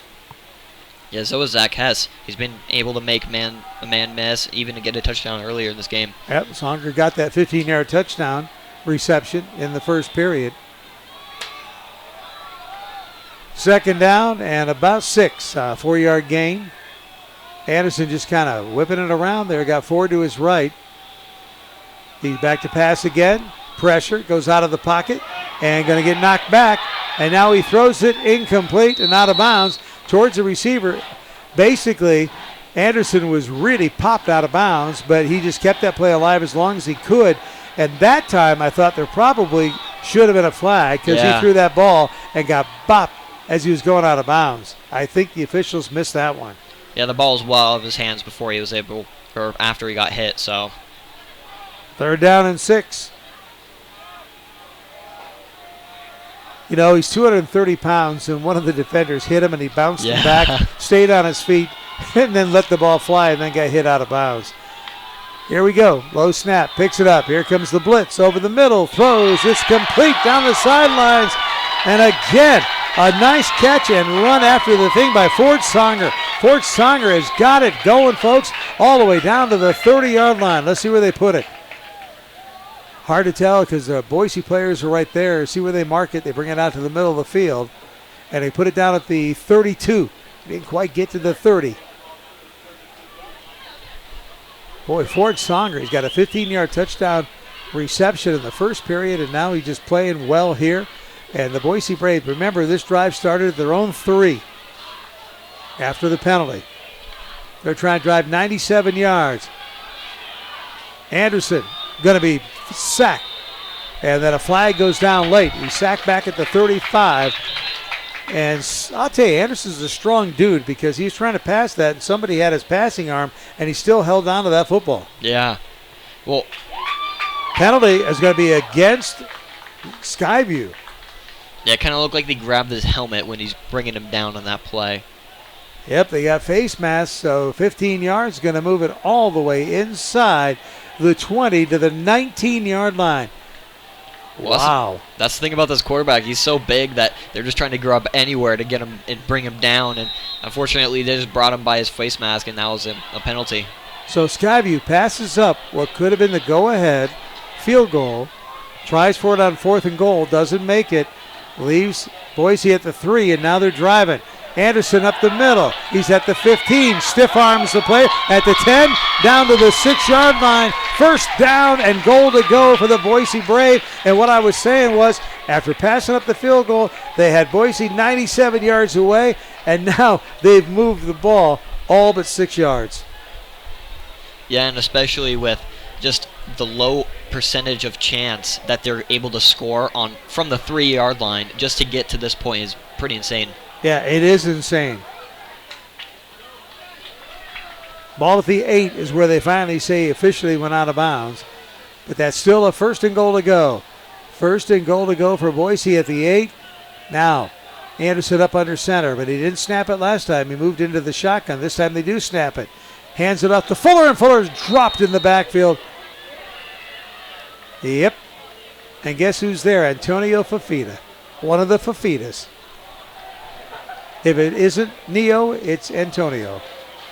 You know, that was kind of odd formation by Boise High there. For a second, it kind of looked like they were in victory formation. Well, you know what's interesting? They did that last time when they had 1st and goal from the 5-yard line. They ended up not scoring. But bottom line is now they've got 2nd and goal back at the 13. So a loss of 5 yards on that play. Now from the shotgun, Fuller to his left. 3 receivers wide to the right, which is the far side of the field. Anderson throwing to the left side of the field in the end zone to Songer, and incomplete. Great coverage that time by Camden Young. Camden was right there with Songer, one-on-one coverage.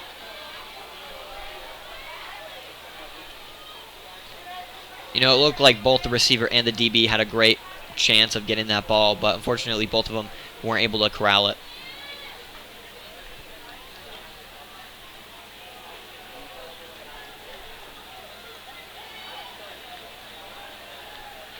All right, 3rd down and goal, back at the 13 now. Again, the same formation with trips to the far side. They're playing from the left hash mark. Fuller is back there, number 24, but Anderson, you got to believe, is going to be flailing away Here comes the pressure, and Anderson almost dropped. Now he is dropped. He's sacked back at the 14-yard line. Only a 1-yard sack, but a sack nonetheless, and now you got 4th down, and here comes Seidel out to try a field goal attempt from the middle of the field. They'll put it down at about the 20-yard line. Nope, 21-yard line, so 31-yard field goal attempt from nearer the right hash mark than midfield, but not quite to the hash mark. Waiting for a lineman to check in. They do, so now they've got 11 out there. So you got Anderson, the holder. The ball placed down at the 22-yard line. So this will be a 32-yard field goal attempt for the lead by Seidel. Kick is up, got plenty of leg, and it is good. 32-yard field goal by Seidel. Nick Beswick-Seidel puts the Boise Brave on top.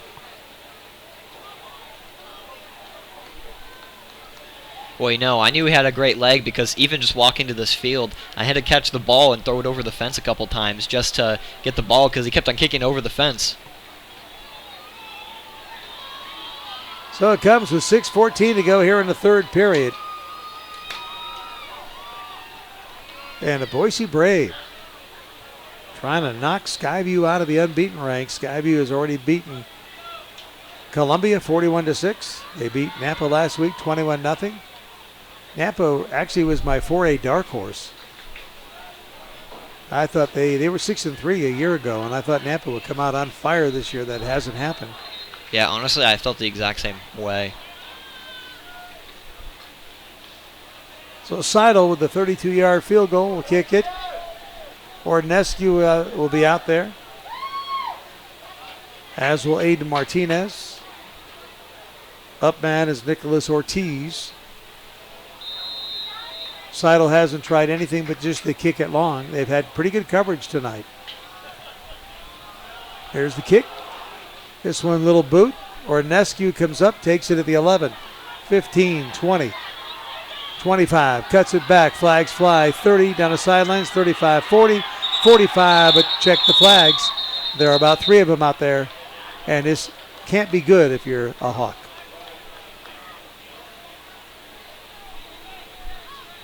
So we'll wait for the call. Yeah, if a team gets a really great return like that and there's a couple flags, it's got to be at least a holding call or a block in the back. Nothing yet. Holding. There it goes. Holding against Skyview. So Ordinescu, nice return, but you know what? You never know. That one hold could have been the one that freed him from being tackled, Yeah. and allowed him to get the extra yardage. But nonetheless, everything going Boise's way right now, and that Boise defense holding Skyview right now to 14 points. 6:05 to go in the third here at Donald Larson Park. Thursday night, 5A SIC action right here on IdahoSports.com. Fafita up the middle. Fafita falls forward to about the 25. Yeah, it took about 3 or 4 Boise High players to take him down there, and that just shows how dominant and how strong he's been able to run this game. Well, we talked. He's got that football body, 5'11", 190. Low center of gravity.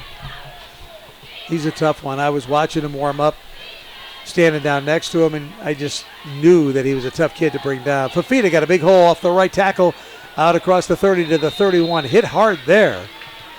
I mean, he took a pop, didn't he? Looked like that was number 15 instead of Fafita there. Was that 15 that ran that ball? Yeah, Andrew Schneider. Yeah, Snyder's in there. Took a hit from Colton Smith. Good catch, Adam. Snyder's still in there. Fafita was shaken up a little earlier in this game, but he's been playing pretty well. So Schneider being talked to now by Cutforth. I think Schneider a little bit confused. Now he's got it figured out. First down and 10. Cutforth back to pass. Pressure. Rolls out. Throwing down the field. And looks for his intended receiver, Mason Cron, over his head. And Mason, for some reason, decided to jump up to get it. If he kept going, he would have had a better chance, I think, at it. Yeah, and even try to get it with one hand. And that's the reality, is that you're much better at trying to run for it and catch it with two hands than trying to go for one hand and trying to be an Odell Beckham Jr. out there. Yeah, Cron, 5'11", probably needed to be 6'4" to get that one. Yeah. And like you say, would have had a better chance just to keep running. And maybe it still would have been over your head, but... You should have a better chance at it. Yep, 2nd down and 10. Here comes the pressure up the middle. They throw it outside to Schneider. Schneider's got a wide open. Colton Smith on Boise High just really with that receiver step by step and was able to, get enough pressure and get enough, not enough separation to cause that ball to be complete. Oh, yeah, it was classic DB. Handoff. Schneider again. Schneider out about 5 yards. So I don't know if anything's wrong with Antonio Fafita. And, well, just as I say that, here he comes. So I guess he was getting a breather. Yeah, especially when you need a breather if you're going ground and pound running every single play. All right, big 3rd down. 3rd down and 7 coming up for Skyview. They look over at this sideline, trying to get the play from David Young. Ball at the 47-yard line. Trying to get it to the 45 for a first down. And that would be the 45 of Boise if they can. And timeout. So Skyview calls timeout because they just were not getting that play in at all. 3:56 to go here in the 3rd. 17-14. The Boise Brave lead the Hawks of Skyview. Again, tomorrow night, Clay Hatfield will have a big game here on IdahoSports.com for you as our coverage of 5A SIC. We hope you're enjoying it. We know it's audio only. It's the way we need to bring it to you this year. And the bottom line is that we're excited to bring that to you and keep coverage of 5A SIC at the forefront of IdahoSports.com. And obviously, tomorrow night it's Eagle against Rocky Mountain. Clay Hatfield with that call. And then on Saturday morning, 11 o'clock, I got to set the alarm clock and remind myself. I'm not used to a Saturday morning game. I just may blow it off. It'll be Bora hosting Mountain View right here at Donald Larson Park, 11 a.m.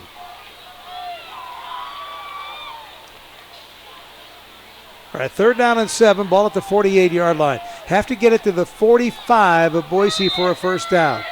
Fafita back in the backfield, right standing to the right, and they hand it out to Fafita. Fafita trying to bounce it out to the left, and Fafita goes out of bounds very close to the first down marker. Let's see where they put it out of bounds. Looks like they're giving it to him. Yeah, they're going to move the chains, it looks like. I was just about to say, they've been very generous about the chains today. I wasn't surprised that they were being generous on that play, too. Well, he had to get to the 45, Adam, and the nose of the ball is touching the 45 of Boise. So 1st down and 10 for Skyview. Clock running, 3:50 to go here in the 3rd. 17-14, Boise leads it. Play action fake to Fafita, going deep down the field, incomplete, intended for Tyreek Pennington, who could not come up with a handle. He touched that ball about 3 times before he dropped it.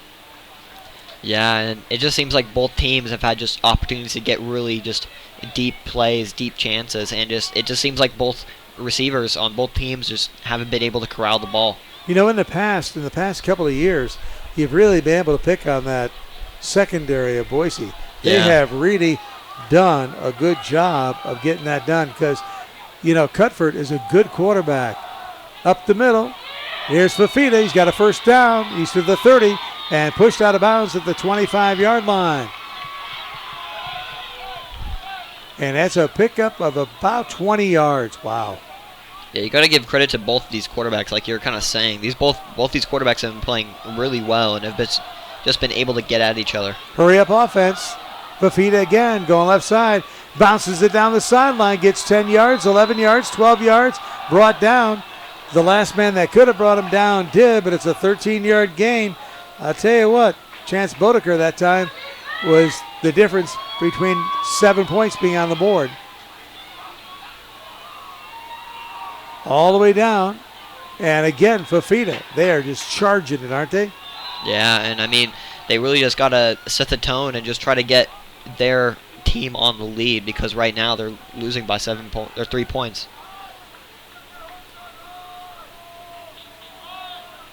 Well, it's even nice now, too, because they're in the red zone, which means that even if the field goal, they're at least tying. Of course, they want to go for that touchdown, but they just still have that safe option in the back. They're moving quickly here, just inside the 9.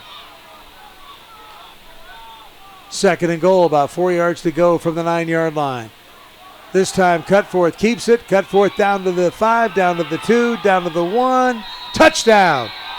Max Cutforth with a 9-yard touchdown run.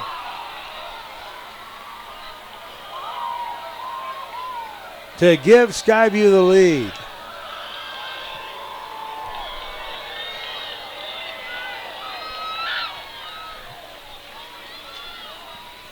(20-17).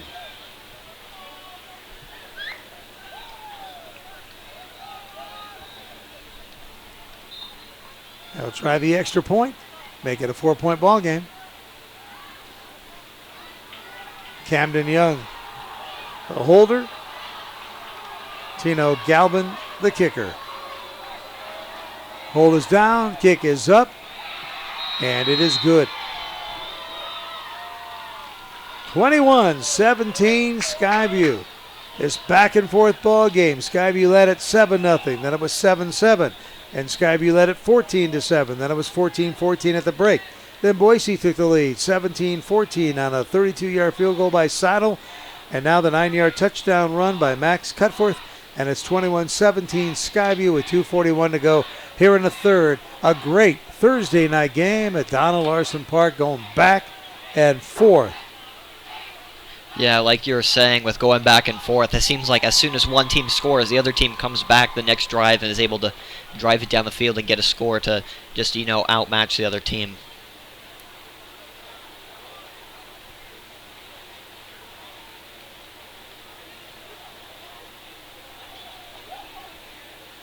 Yeah, let's see if we get this kind of shootout trait keep on going in this fourth quarter.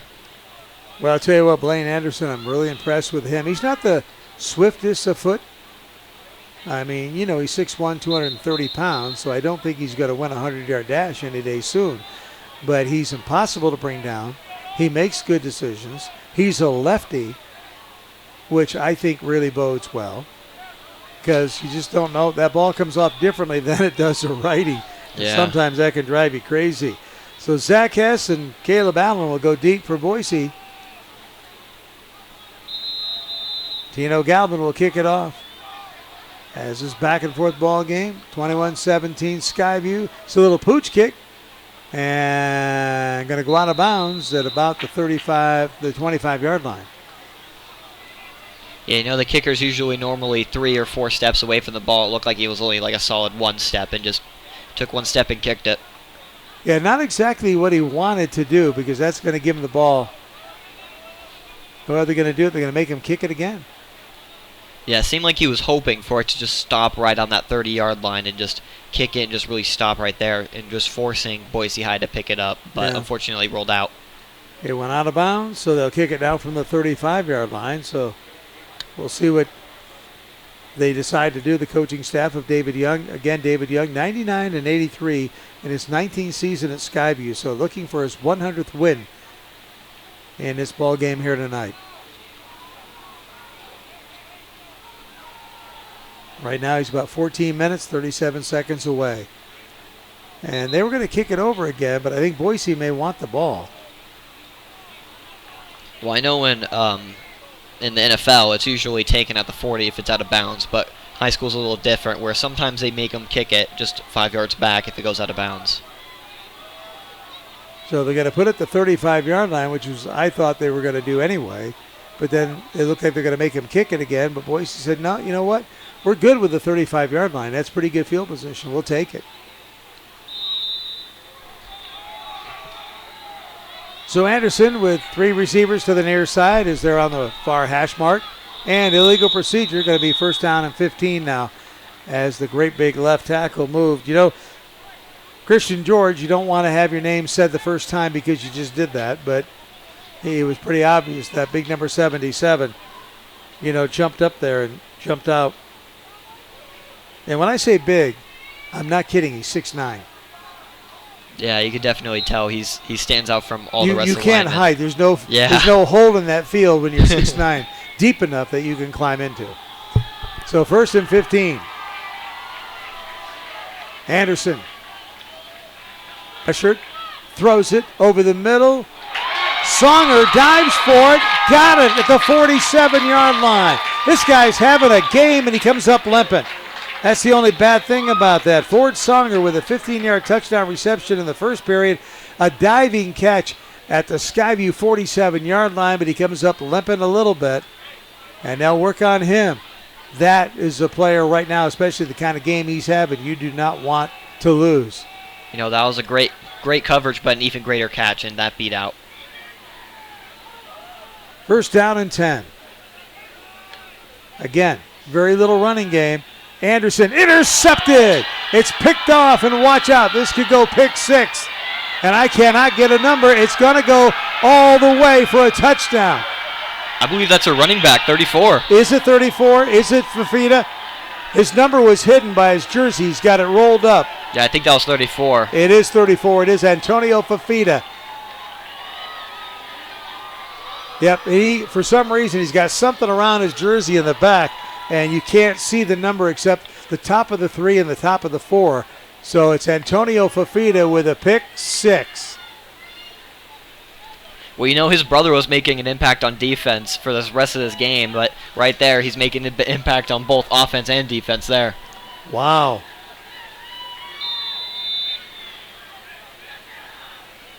All of a sudden, it's 27-17. Now it's really slipping away from Boise High now. Kick is up, and it is good. 28-17. About 60 yards on that one.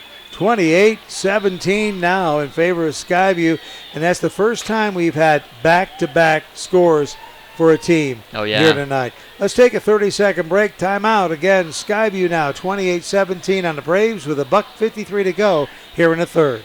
It's time to start planning for back to school. That's why I got my kids vaccinated for COVID-19, so they can be protected from COVID when they're back in the classroom. Kids 12 and older can get vaccinated. The vaccines have been researched and tested. They're safe and they work. Getting vaccinated was quick and easy. You can walk into a pharmacy to get one. We got our COVID-19 vaccine, and I hope everyone will choose to get vaccinated too. Get a free COVID-19 vaccine today. Find a location near you at covidvaccine.idaho.gov. Well, back-to-back scores by Skyview. Max Cutfort with a 9-yard touchdown run to make it 21-17. After Boise led at 17-14, and then Antonio Fafita with a pick 6 right around 50 yards, taking it back 28-17. Well, that's the thing about shootout games kind of like this. When one team scores back-to-back, it's kind of hard because now they're playing catch-up. So Tino Galvin will be kicking it off. And again, part of the problem is, we've talked about it, Adam, absolutely no running game for Boise tonight. Oh, yeah. They're really forced to throw it, which throwing it comes with risks. Here's a little pooch kick again. This one's going to stay in bounds, and fair catch called at the 28-yard line. So that's kind of what they're doing. They're trying to keep it away from the deep guys and just make Anderson work for it. Yeah, they tried the pooch kick earlier, but it didn't really work out so well. But this one looked like he was more comfortable with where it landed. So it'll be interesting to see if for some reason they have to stick with this pass game all night long, or if they're going to try to do anything with a run at all. They just haven't used Jared Fuller at all. Well, yeah, and we've been giving Anderson credit all night, but he's had 2 interceptions, and 2 pretty bad interceptions. Mason Lawyer goes wide to the right. Anderson's looked pretty good, though. That one is something, let's see if he can bring his team back and how he can rebound from that one. Anderson takes it off the ground on the low snap. Now he runs, now he throws it incomplete. Again, the problem tonight, and you got to give it to him, nothing but pressure. Pressure, pressure, pressure. And he has had to throw away quickly. That time he tried to get it to Zach Hess. And, really there was no time to throw. Yeah, it seems like he's just using his legs to make up for the lack of time that his offensive line is giving him. Yeah. Especially with his snap. His snap is right on the floor, which cuts out some more time as well. Well, and the front of Skyview knows that they're not running the ball. Here's another low snap. Here's another pressure. Here's another sack. Anderson goes down, and this thing's just falling apart for the Boise Brave as they just cannot get things going against the Skyview front. Now, you said something interesting to me earlier tonight. You know, I told you about Charles Judy, who's out there at defensive lineman. He's 6'4", 235. There's some other big guys out there. Number 57, McMillan. You know, he's 6'2", 200 pounds. They've got some big defensive guys out there for Skyview. And you said to me, just the eye contest went to Skyview. Yeah. Anderson back to pass. Again, throws this one up for grab. And is it caught? It is. Great catch by number 11. How about that again? That is Caleb Allen. Caleb Allen, he did it right in front of his bench, and they couldn't see if he came up with it because he had to dive for it. And once again, the Boise Brave survive a 3rd and long. Well, you got to give credit to Boise High. Skyview knows they're going to throw it, and yet they're still able to make completions like that one. Ball out the 39-yard line.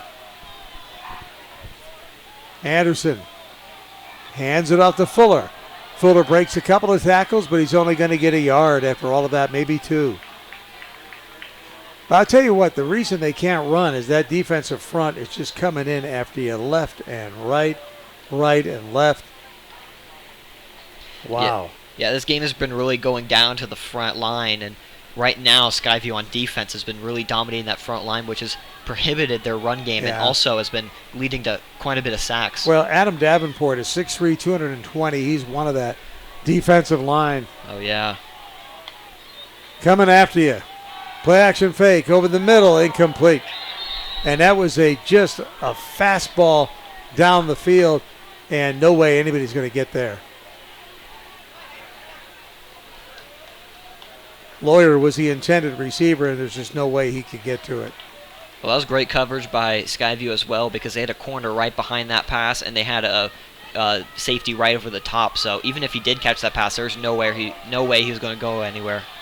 3rd down and 9. You know what Anderson's going to do. He's got to throw it. He's got trips to the near side. He's looking this way. Here comes the pressure again. Sacked all the way back at the 30-yard line. A loss of about 15 yards, maybe 12. Well, it looked like he didn't see him. He was just in his blind side for just until the split second that he actually made contact. He didn't realize that he was there. Well, right now, it's pretty clear that the offensive line here is not being able to do anything with the likes of the guys we talked about. Adam Davenport, he's 6'3", 220 pounds. Talked about Charles Judy, 6'4", 235 pounds. Talked about Dakota McMillan. He's 6'2", 200 pounds. All of those defensive guys coming at you, and they are making a difference tonight. Looks like it ran to the 4th quarter. Yeah, that's right. That's the end of the 3rd period. We'll take a break. Let's take a little bit of a commercial, and we'll come right back for the 4th quarter here at Donald Larson Park. At Valleywide Cooperative, we're here when you need us. For 100 years, we have been here to help you with food, fuel, and good old-fashioned advice. And for us, serving is more than a job, it's a way of life, which is why we pour so much into the communities around us. We've employed hundreds of your neighbors. We take pride in that, and in giving back millions in sponsorships, grants, donations, and scholarships. It's our way of saying thanks. We're Valleywide, and yesterday, today, and tomorrow, we're here for you. All right, 12 minutes to go, 28-17. Skyview, back-to-back scores. A pick 6 by Antonio Fafita after a touchdown by Cutforth. High snap on the kick, almost blocked, but they do get it off. Takes a big Boise bounce inside the 30, inside the 25, all the way down to the Skyview 21-yard line. I like that alliteration you had there, Wayne, the big Boise bounce. Oh, wow, I didn't even know. You using those big words on me again, like alliteration? Yes. You college guys do that. Well, really, it's time for, last week the Boise defense had a pick 6.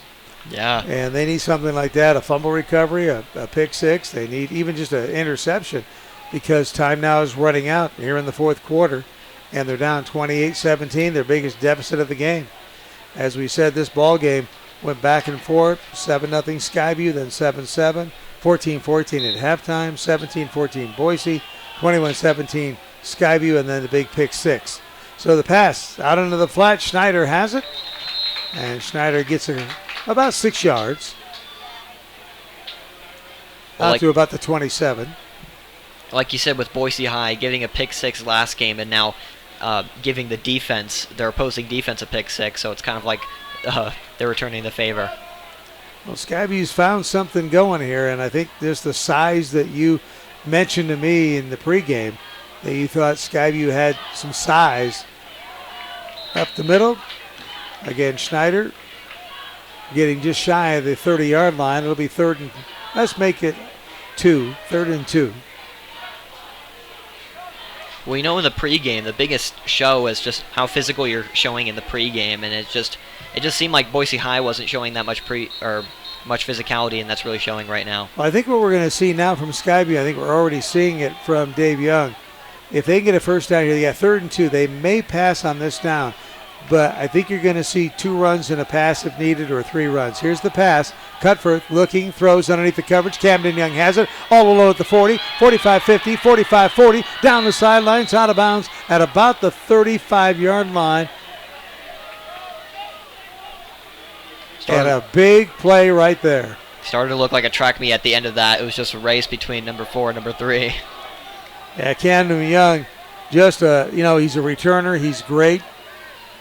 And Carson Nielsen that time just having a hard time staying with him.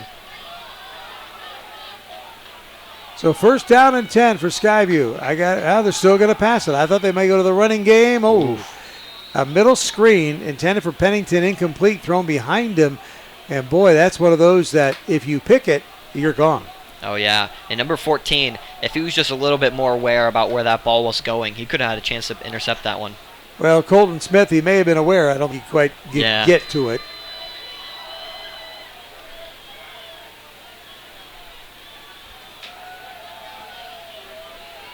So it's going to be 2nd down and 10 from the 35-yard line. And I thought they'd run the ball. They do, and this is Fafita.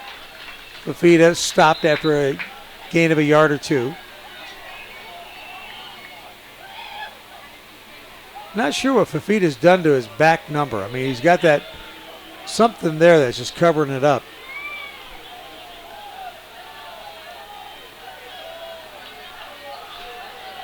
Now he's got it clear. Yeah. It made him clear it up.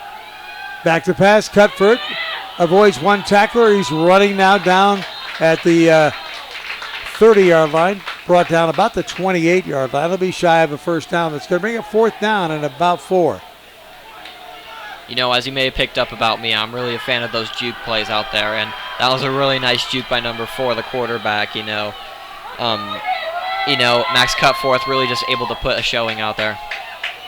All right, big 4th down play coming up here. They'll go for it. Clock is running, 10:15 to go here in regulation. 28-17 is our score.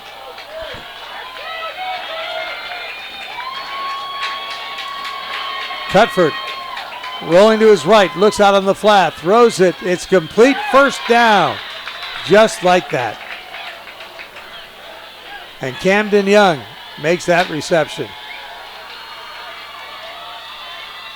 Nope, I'm going to check that. That's Aiden Martinez who's out there with it. Well, right now it's an 11-point game, but if they score one more time, it'll make it a 3-possession game, which is way much harder than getting back from 11 points in the 4th quarter. Boy, I tell you what, like I say, you college kids, too much. Back to pass. Cutforth looking, throws over the middle, incomplete. Boy, they're going for it all. I thought they would go back to the run a little bit more, Adam, and just kind of control the clock and get this and get the heck out of here. I mean, you want a three possession lead, but by the same token, you want to run this clock down as well.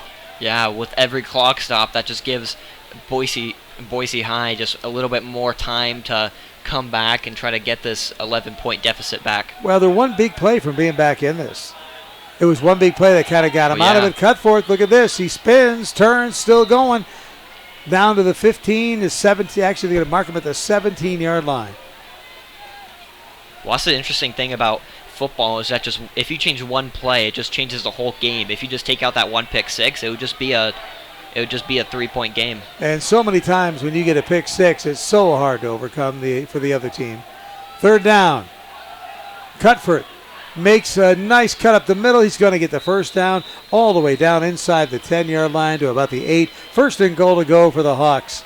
And now they're using that run. They've set the run up with the pass.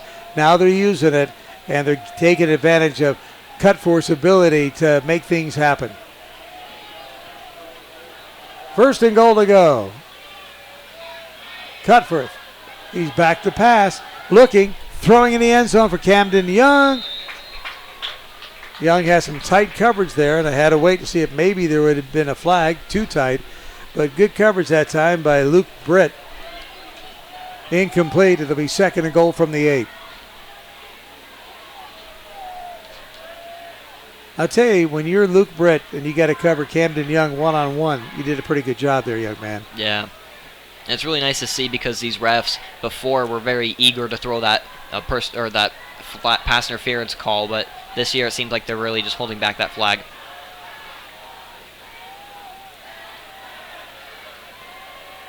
Cutforth, play action fake, has Fafita open in the end zone, throws that way, incomplete. He needed to throw it sooner. Fafita was wide open, but by the time the ball was thrown, that allowed Colton Smith to get over there and make a play on it defensively, so it's going to be third down and goal from the 8. That would have been 3 different types of scores if he would have caught that one. Because he had the pick six and the rushing touchdown earlier. He would have had a trifecta. Yeah. Wow. He would have had a hat trick. So third down and goal from the 8-yard line for Skyview. Clock stopped, 8:42 to go here in this ball game. Cutforth rolling to his left, looking, firing in the end zone, incomplete. And again, great defensive coverage by the Brave. That is just fantastic what they've done on all this one-on-one coverage. Carson Nilsson making that play and knocking the ball down to make it a 4th and goal from the 8. Well, throughout this whole game, Boise High, when they've gotten into the red zone defense, have just been really stout and just really clogged up all those passing lanes. Okay, now they're going to try the field goal, and they're going to mark it down at the 17-yard line. So a 27-yard field goal attempt coming here from Tino Galvin. 17-yard, 27-yard field goal attempt.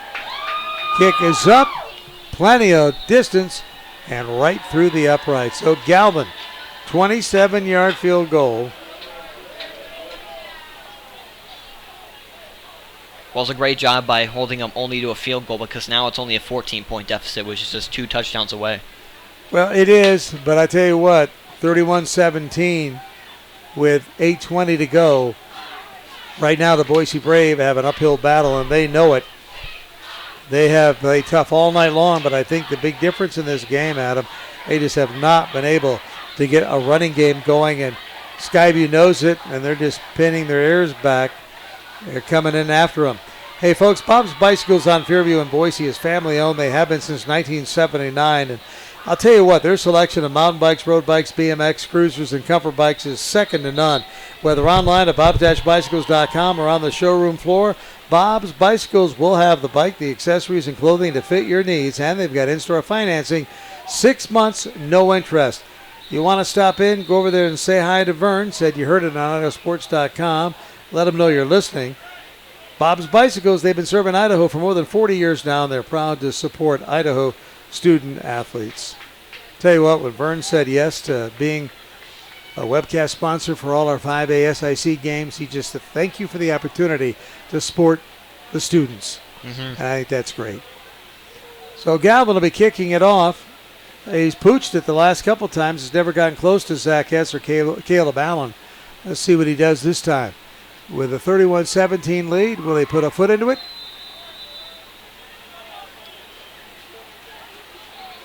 Here we go. He does. High one. He's going to come over to the right side to Caleb Allen, and Allen calls for a fair catch.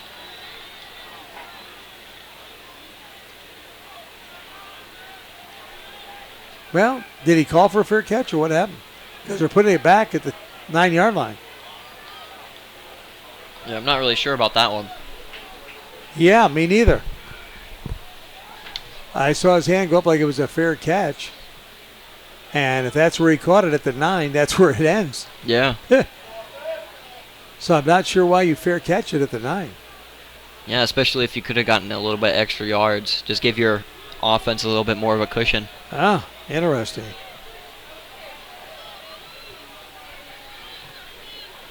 Boy, I tell you what. Is 77 huge or what? Christian George, 6'9", 295 pounds. How'd you like to have to feed him every day? Wow. Anderson, back to pass, throws the bubble screen on the left side. A lot of running room and a first down all the way out to the 22-yard line. Nice play there. And again, that's Songer. How about Songer? What a great game he's had, huh? Yeah. And looks like a Skyview player is down. I think it is number 7. Yeah. It looks like it's 11. 11? Yeah. So number 11 is down. Nicholas Ortiz. They're working on him. Well, yeah, when you said 6'9", the first thing that came to my head was just screaming like basketball. When you see someone that big, you know everyone's asking him if he's playing basketball. Yep. Well, they had a great lineman that played here, John Ojukwa, for Boise High, and of course he's playing for Boise State right now, starting for the Broncos. Been there for a year. John, just one of those gentle giants, really a nice guy. Mm-hmm. First down on that little pass out to Songer. Anderson takes the quarterback keeper up the middle. He's running it all the way across the 30 to the 31-yard line. Pickup of 7. It'll be second down and 3. 31-17 now, as you can see, in favor of Skyview. Skyview trying to go 3-0. And more importantly, I guess, for the record books anyway, pick up their head coach David Young's 100th career victory as the head coach of the Skyview Hawks. So little milestones, little things you can think about. It's been a tight game until that pick 6 by Antonio Fafita. Back to pass. Out on the flat. Complete. Nice little catch there by Caleb Allen.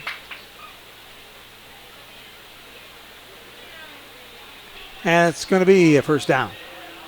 It was right by the sideline, so I couldn't see. It was like a yard more than what they needed. But it was close. Out at the 34-yard line.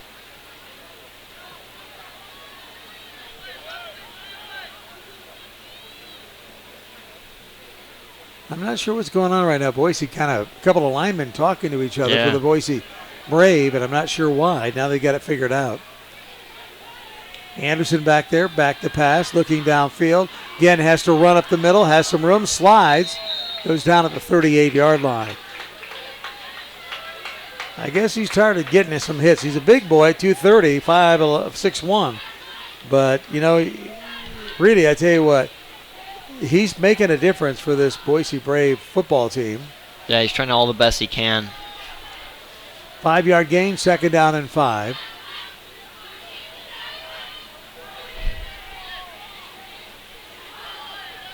Anderson all by himself in the backfield, empty set.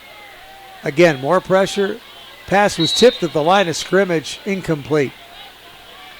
We talk about those big linemen getting in there. I'm not sure who got that one, but I know number 57, Dakota McMillan, was right there. He's 6'2".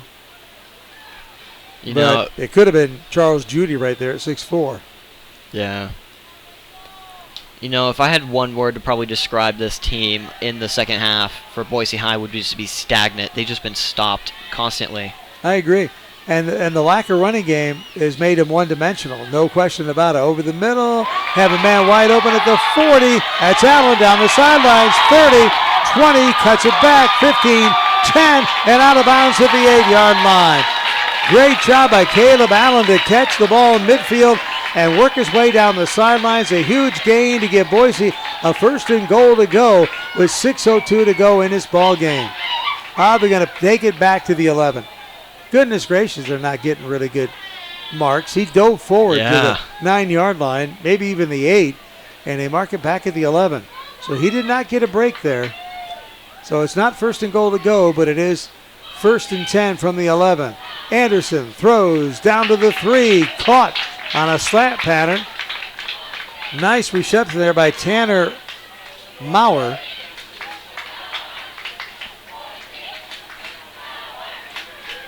And it's going to be 2nd down and 3 from the 5-yard line.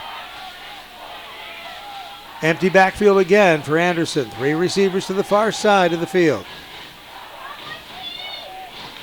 Anderson looks, throws out into the flat, and overthrows his intended receiver. He had Songer out there wide open and just threw it too far.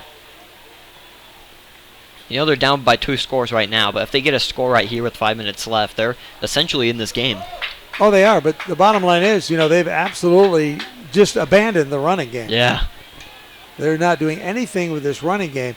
They've got Fuller in the backfield this time, but now you're at 3rd down, and you're obviously in 2-down territory, okay? But you're at the 5. You got to get to the 2. So 3rd down and 3. Anderson. I expect him maybe to keep this. And he gets sacked. The one thing he couldn't do, he's right at the line of scrimmage, but it's actually a yard sack. He did not need to get sacked, so now it's 4th down and about 6 to go. And again, without the running game, Skyview is just saying, go ahead, pass it. We know what you're doing. They're coming after him. Like you said, when he crawled up the pocket, I thought, like you, he was just going to run it, but unfortunately the D-line just hit him.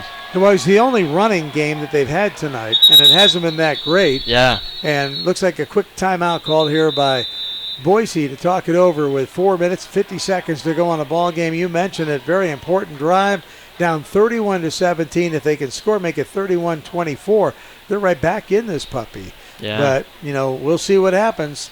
Let's take a 30-second break as well. Throw one of those commercials up there, and we'll come right back after this on IdahoSports.com. We're Valley-wide country store.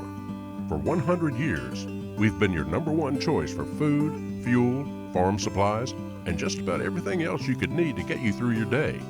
We know you work until the job is done, and so do we. For gas on the go or a little extra to help you get down the road, you can count on us.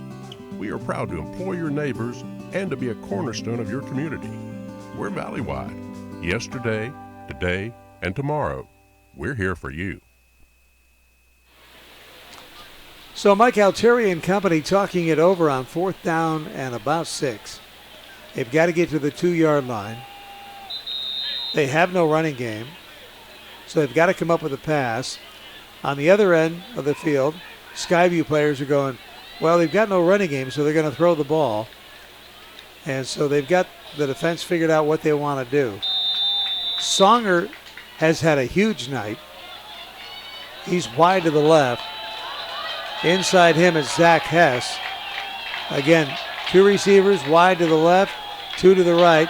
Actually, they got 2 in the backfield now, so a little different formation than what we've seen. Hess goes in motion. Play action fake. Here comes the pressure over the middle to Songer. He goes high, can't catch it. Right through his hands. Quite frankly, Songer probably needed to at least get a hand on that ball. Well, yeah, it looked like the first receiver, it just went right through his hands, and then it almost got caught by number 6 on the... Songer was the guy that went through his hands, and then it was caught almost in the backfield. So Songer probably, he's really now talking to the coaching staff saying, yeah, it was right there. I should have probably caught it. But again, when Skyview knows what you're going to do, Adam, it's one of those things. They can kind of bring the heat. Well, that's the dangerous thing. Once you get figured out, it's just so hard to just continue with your game plan if they already know what you're going to do. All right, so here comes Cutforth and company. 4:44 to go in the ball game. Up 31-17. Skyview now. Will they try to run this puppy out? Nope. Cutforth back to pass. Throws down underneath. Complete. I think that's Schneider. And Schneider, number 15, came out of the backfield. So it was a safe pass. It's one of those passes that a lot of coaches say is really a run, but technically it's a pass. Yeah, it's like you essentially throw it for no yards, but they just have enough open space just to get enough yards, kind of like it as a run. Yeah, what you're doing is you're getting a 3-yard gain, so it's not like a huge passing game, but you're moving the ball forward, and that's what you want to do. So Schneider in the backfield. They hand it off to him. He's hit right at the line of scrimmage and brought down. Best defensive play we've seen really in a long time by that Boise defense, and that was done there by Cage Cochran, number 25.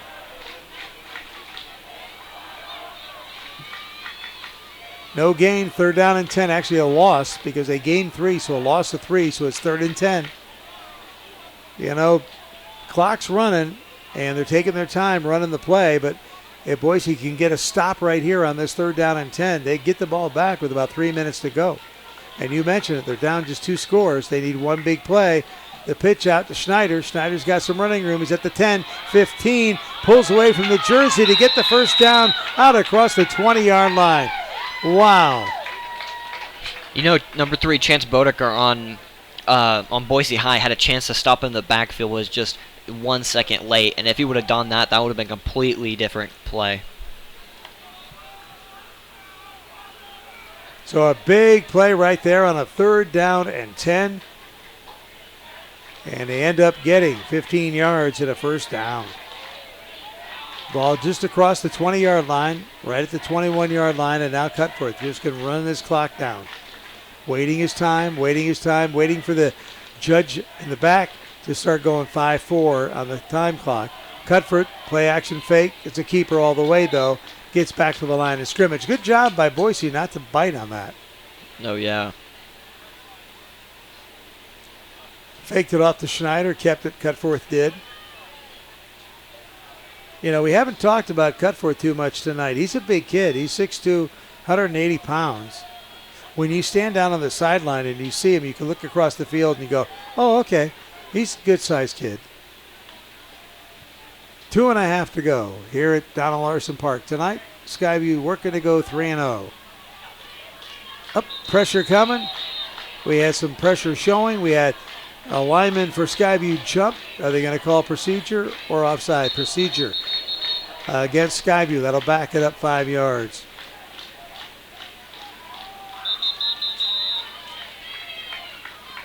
So 5-yard penalty will back it up.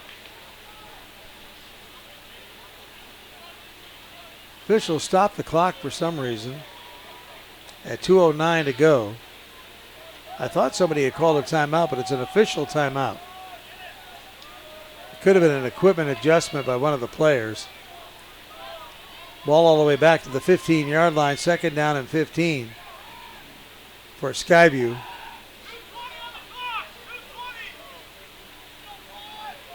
They're calling for 2:20 on the clock here. Yeah, that's what somebody just yelled up, that there should be 2:20 on the clock. It shows 2:09, so officials will look up. Now they got 2:20 on the clock, so that's where we're at. Boise coaching staff just came into our booth to go over to tell scorekeeper that should be 2:20, but they changed it. Cutforth is going to be sacked back at the 11-yard line. And a fumble. And the fumble's recovered by the Boise Brave at the 11. Jared Fuller, Boise High. So what happened that time? Cutforth tried to stick it in the belly of the running back and pull it out. And then pulling it out, they lost the handle. Yeah, that was very, very bad play and very misfortunate play for Skyview, because now Boise High has it with 2 minutes within their own red zone already. Well, what you want to do, Adam, is you don't want to try all these fake it to the thing, pull it out, try the option. Just make it simple. Either hand it off to the back or let the quarterback keep it and run the clock. The clock is your friend right now. The scoreboard is your friend, up 31-17. But now here comes Anderson and company, and with 2:08 to go, if they can score quickly here, we got a ball game. Anderson looking, throwing out under the flat. It's complete to Hess. Hess making a couple of moves. He's not going to get anywhere. You know what? He looked wide open. Yeah, absolutely and then he just wide, stopped. And then he just stopped, kind of looking to do some juking. And boy, I tell you, Skyview was on him. Well, in a heartbeat. Like most of my coaches said in my high school career is you don't go anywhere from going horizontal on the field. You only have to go vertical. Just always push vertical because you don't get any yards or any credit for going horizontal. You may get a man to miss, but the goal is just to go vertical and go. Well, the play was designed to get the ball quickly out into the flat and get Hess one-on-one with the DB and the cornerback, but he's just kind of stopped after he caught the ball trying to plot his path. And by that time, Skyview just ran to the ball. They are just so quick to the ball. Here we go. And they lose the yard, actually. 2nd down and 11. Anderson over the middle. Caught. Touchdown. Allen. Caleb Allen with a great catch over the middle. And with 1:36 to go, just like that, it's 31-23.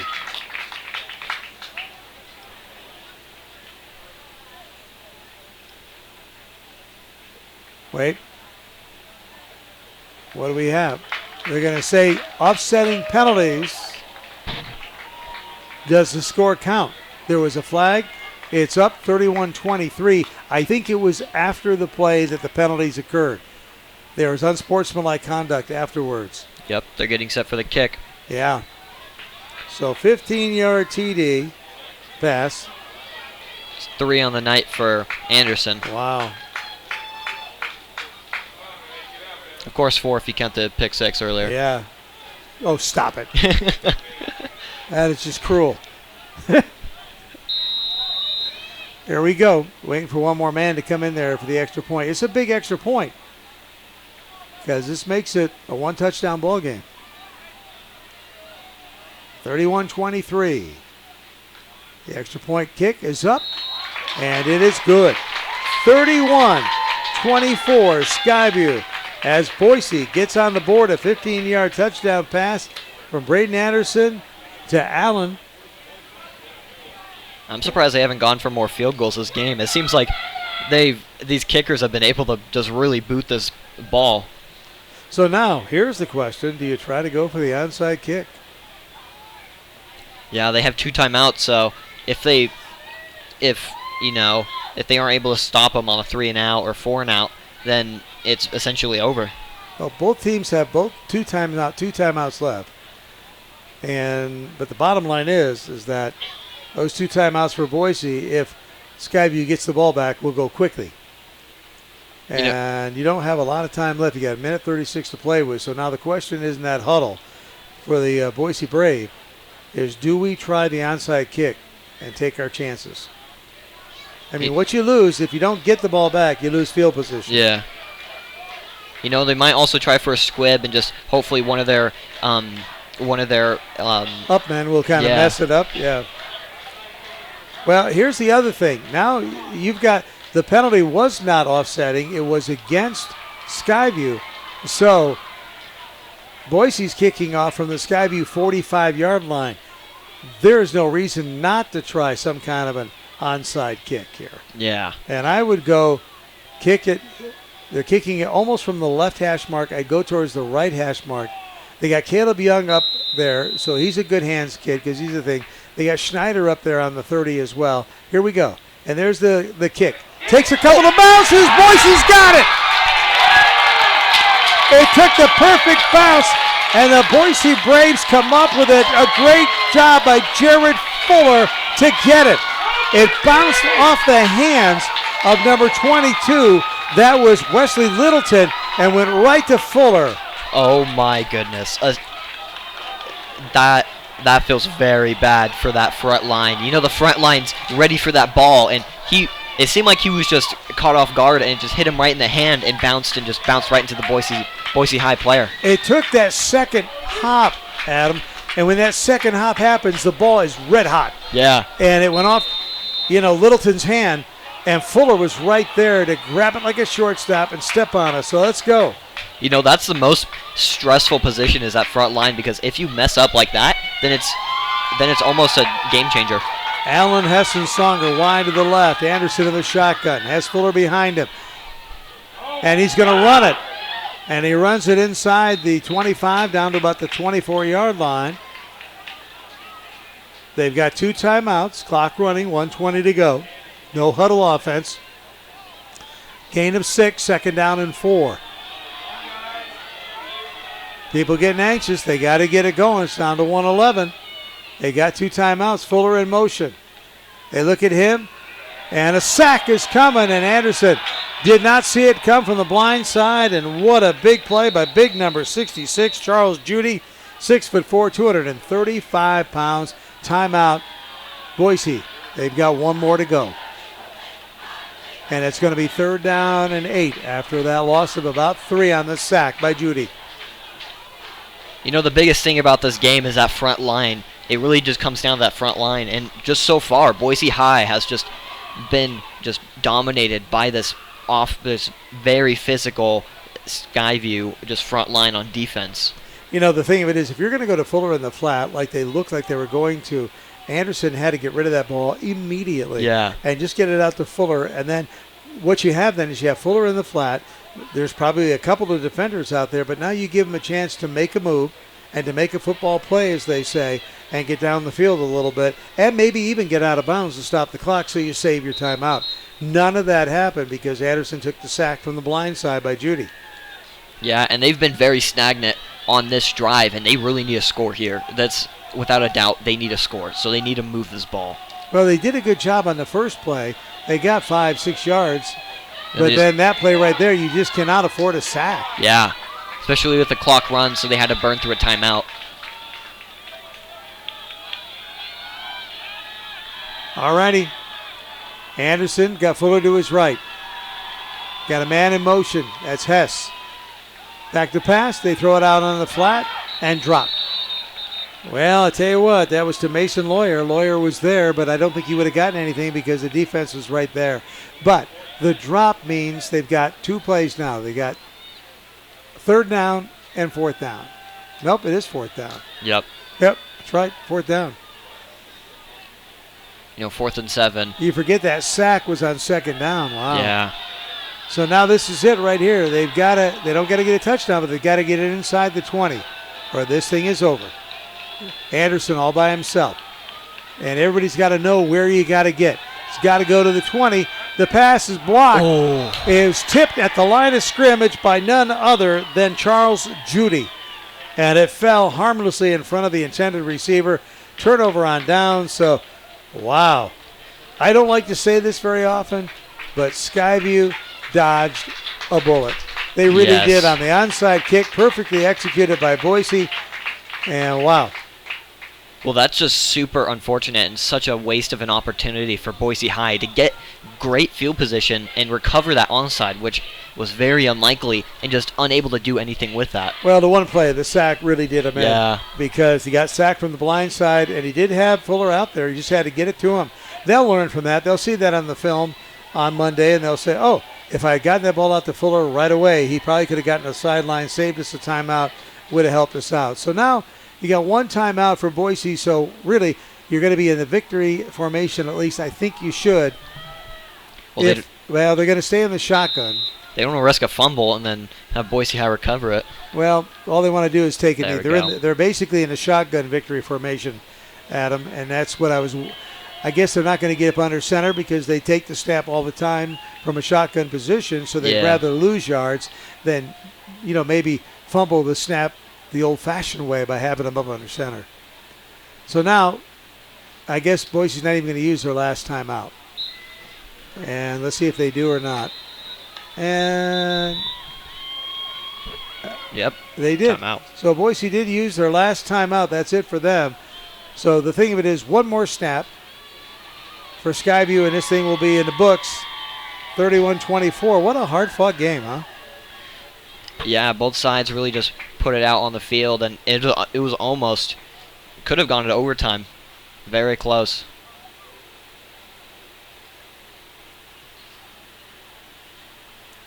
Got to think about our player of the game here tonight. I think there's one clear solution here. Clear answer. You got a clear solution? Okay. Clear answer. You can tell me when we take the break yes. who your clear solution is. That sounded like a commercial. A clear solution. for your next kitchen clean. How about Clear Solution? All right, 31-24 is our score. 23 seconds to go. One more knee. And again, there's the victory formation via the shotgun. There's the knee. The play clock will run this game down to 19. And want to congratulate Mr. David Young. David Young with a 31-24 victory tonight. Gets win number 100 in his 19 years as head coach of the Skyview Hawks. He is now 183 in 19 years at Skyview. So, Coach Young, congratulations from IdahoSports.com. 31-24 is our final. Skyview wins it. We'll be back with our Clear Solution Player of the Game right after this.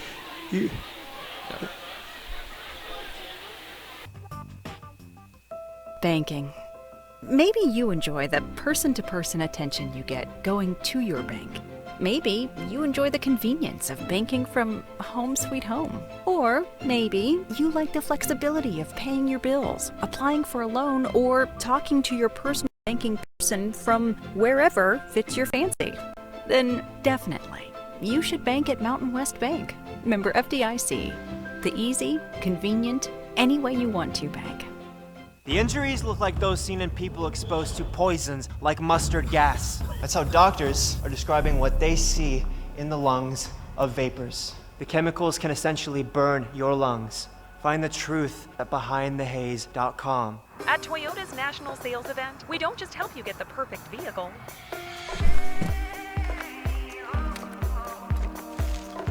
We're here to open new doors that lead to your road to greatness.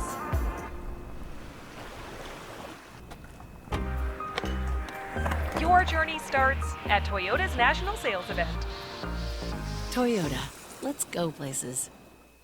I'm Corey. I'm a dairy nutritionist here in the Treasure Valley. I decided to get vaccinated because I wanted to do my part to protect myself and my family and my customers from COVID-19. As soon as the vaccines were readily available, I was vaccinated. I would encourage people to do the research, listen to the healthcare providers. When I went to get my COVID-19 vaccine, there was hardly any wait. It was an easy process, is readily available. Since I got vaccinated, I'm confident I'm protected against the COVID-19 virus. My life has returned to business as usual. We're Valley-wide cooperative. For 100 years, we've been your first choice for residential and commercial propane, fuels, oils, and lubricants. We service HVAC, install water heaters, propane tanks, and accessories. And yes, we'll even deliver right where you need it. Because for us, serving is more than a job, it's a way of life. We are proud to employ your neighbors and to be a cornerstone of your community. We're Valley-wide. Yesterday, today, and tomorrow. We're here for you. Ads like this keep popping up, but I see through the hype because those vape clouds people claim are just water vapor contain as many as 31 different chemicals, like formaldehyde, the stuff they preserve dead bodies with. And while the flavors sound all harmless, we still have no idea what these ingredients could be doing to our bodies. But I already see vaping for exactly what it is. Get the real facts at BehindTheHaze.com. It's time to start planning for back to school. That's why I got my kids vaccinated for COVID-19, so they can be protected from COVID when they're back in the classroom. Kids 12 and older can get vaccinated. The vaccines have been researched and tested. They're safe and they work. Getting vaccinated was quick and easy. You can walk into a pharmacy to get one. We got our COVID-19 vaccine, and I hope everyone will choose to get vaccinated too. Get a free COVID-19 vaccine today. Find a location near you at covidvaccine.idaho.gov. Banking. Maybe you enjoy the person-to-person attention you get going to your bank. Maybe you enjoy the convenience of banking from home sweet home. Or maybe you like the flexibility of paying your bills, applying for a loan, or talking to your personal banking person from wherever fits your fancy. Then definitely, you should bank at Mountain West Bank. Member FDIC. The easy, convenient, any way you want to bank.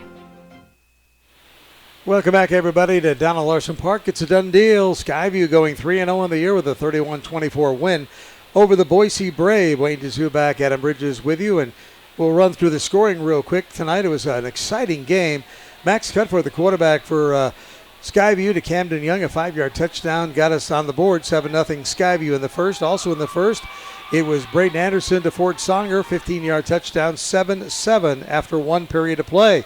Antonio Fafita then for Skyview, a 31-yard touchdown run, 14-7 Skyview. And then it was Anderson to Zach Hess, a 31-yard touchdown pass, 14-14 tie at the half. Okay, so we were going then. And then it was Seidel with a 32-yard field goal for Boise. The Boise Brave, their first lead of the ball game, 17-14 early in the third. Then Max Cutfort, a 9-yard touchdown run to make it 21-17 Skyview. And then the big play of the game, Antonio Fafita with a pick six, 50 yards back the other way, made it 28-17. First time we had any separation in this ball game at all. 28-17 Skyview. Then a 27-yard field goal by Galvin to make it 31-17 Skyview. And then all of a sudden, Bora comes up with a 15-yard touchdown pass. Anderson to Allen made it 31-24. A tight game. Even an onside kick recovered by Boise, but they went 4 and out, couldn't get it done. And that's our final score, 31-24 Skyview. And you kind of went with your clear solution tonight, I'm going to let you do it there, big guy. Your player of the game. There we go. Antonio Fafita, huh? Yeah, I mean, I feel like he's clearly the player of the game. He had a really great start at this game. He was really just their go-to guy for Skyview, always ground and pound. They really set up the run game this whole game, just setting the tone, and he was able to fight for every single yard, just really set the tone, and he was really setting himself apart, and especially with that 31-yard touchdown, it really just, I felt like, just opened the gap in this game, and who can forget the 50-yard touchdown, pick six on defense that really just opened the gap, and it was a very close game until that point, and then it just really was the game changer. He really did. He pretty much took the heart right out of Boise with that big pick six right there. So Antonio Fafita is our IdahoSports.com player of the game. Well, folks, that's going to do it for us. This has been an IdahoSports.com Game Streams production of Treasure Valley Idaho Game Night, presented by Mountain West Bank. Our major sponsors that make coverage on IdahoSports.com possible include your local Toyota dealer, Toyota Let's Go Places, Valley-wide Co-op and Country Stores, and Project Filter. Stop smoking, start living. Also like to thank our local advertisers tonight, Overhead Door, the College of Western Idaho, and Big Insurance, our power boosters, and our webcast sponsor tonight, Bob's Bicycles of Boise. Again, congratulations to Antonio Fafita, who is our IdahoSports.com player of the game for the Skyview Hawks. I want to thank everybody here at Donald Larson Park. Brian Barber, the athletic director at Boise High School, thanks for his hospitality. And again, the final score, 31-24. Skyview going to 3-0 on the year, beating Boise tonight. David Young, the 19-year head coach of the Skyview Hawks, getting win number 100 as a Hawk. From my broadcast partner, Adam Bridges, and everyone else behind the scenes here at IdahoSports.com,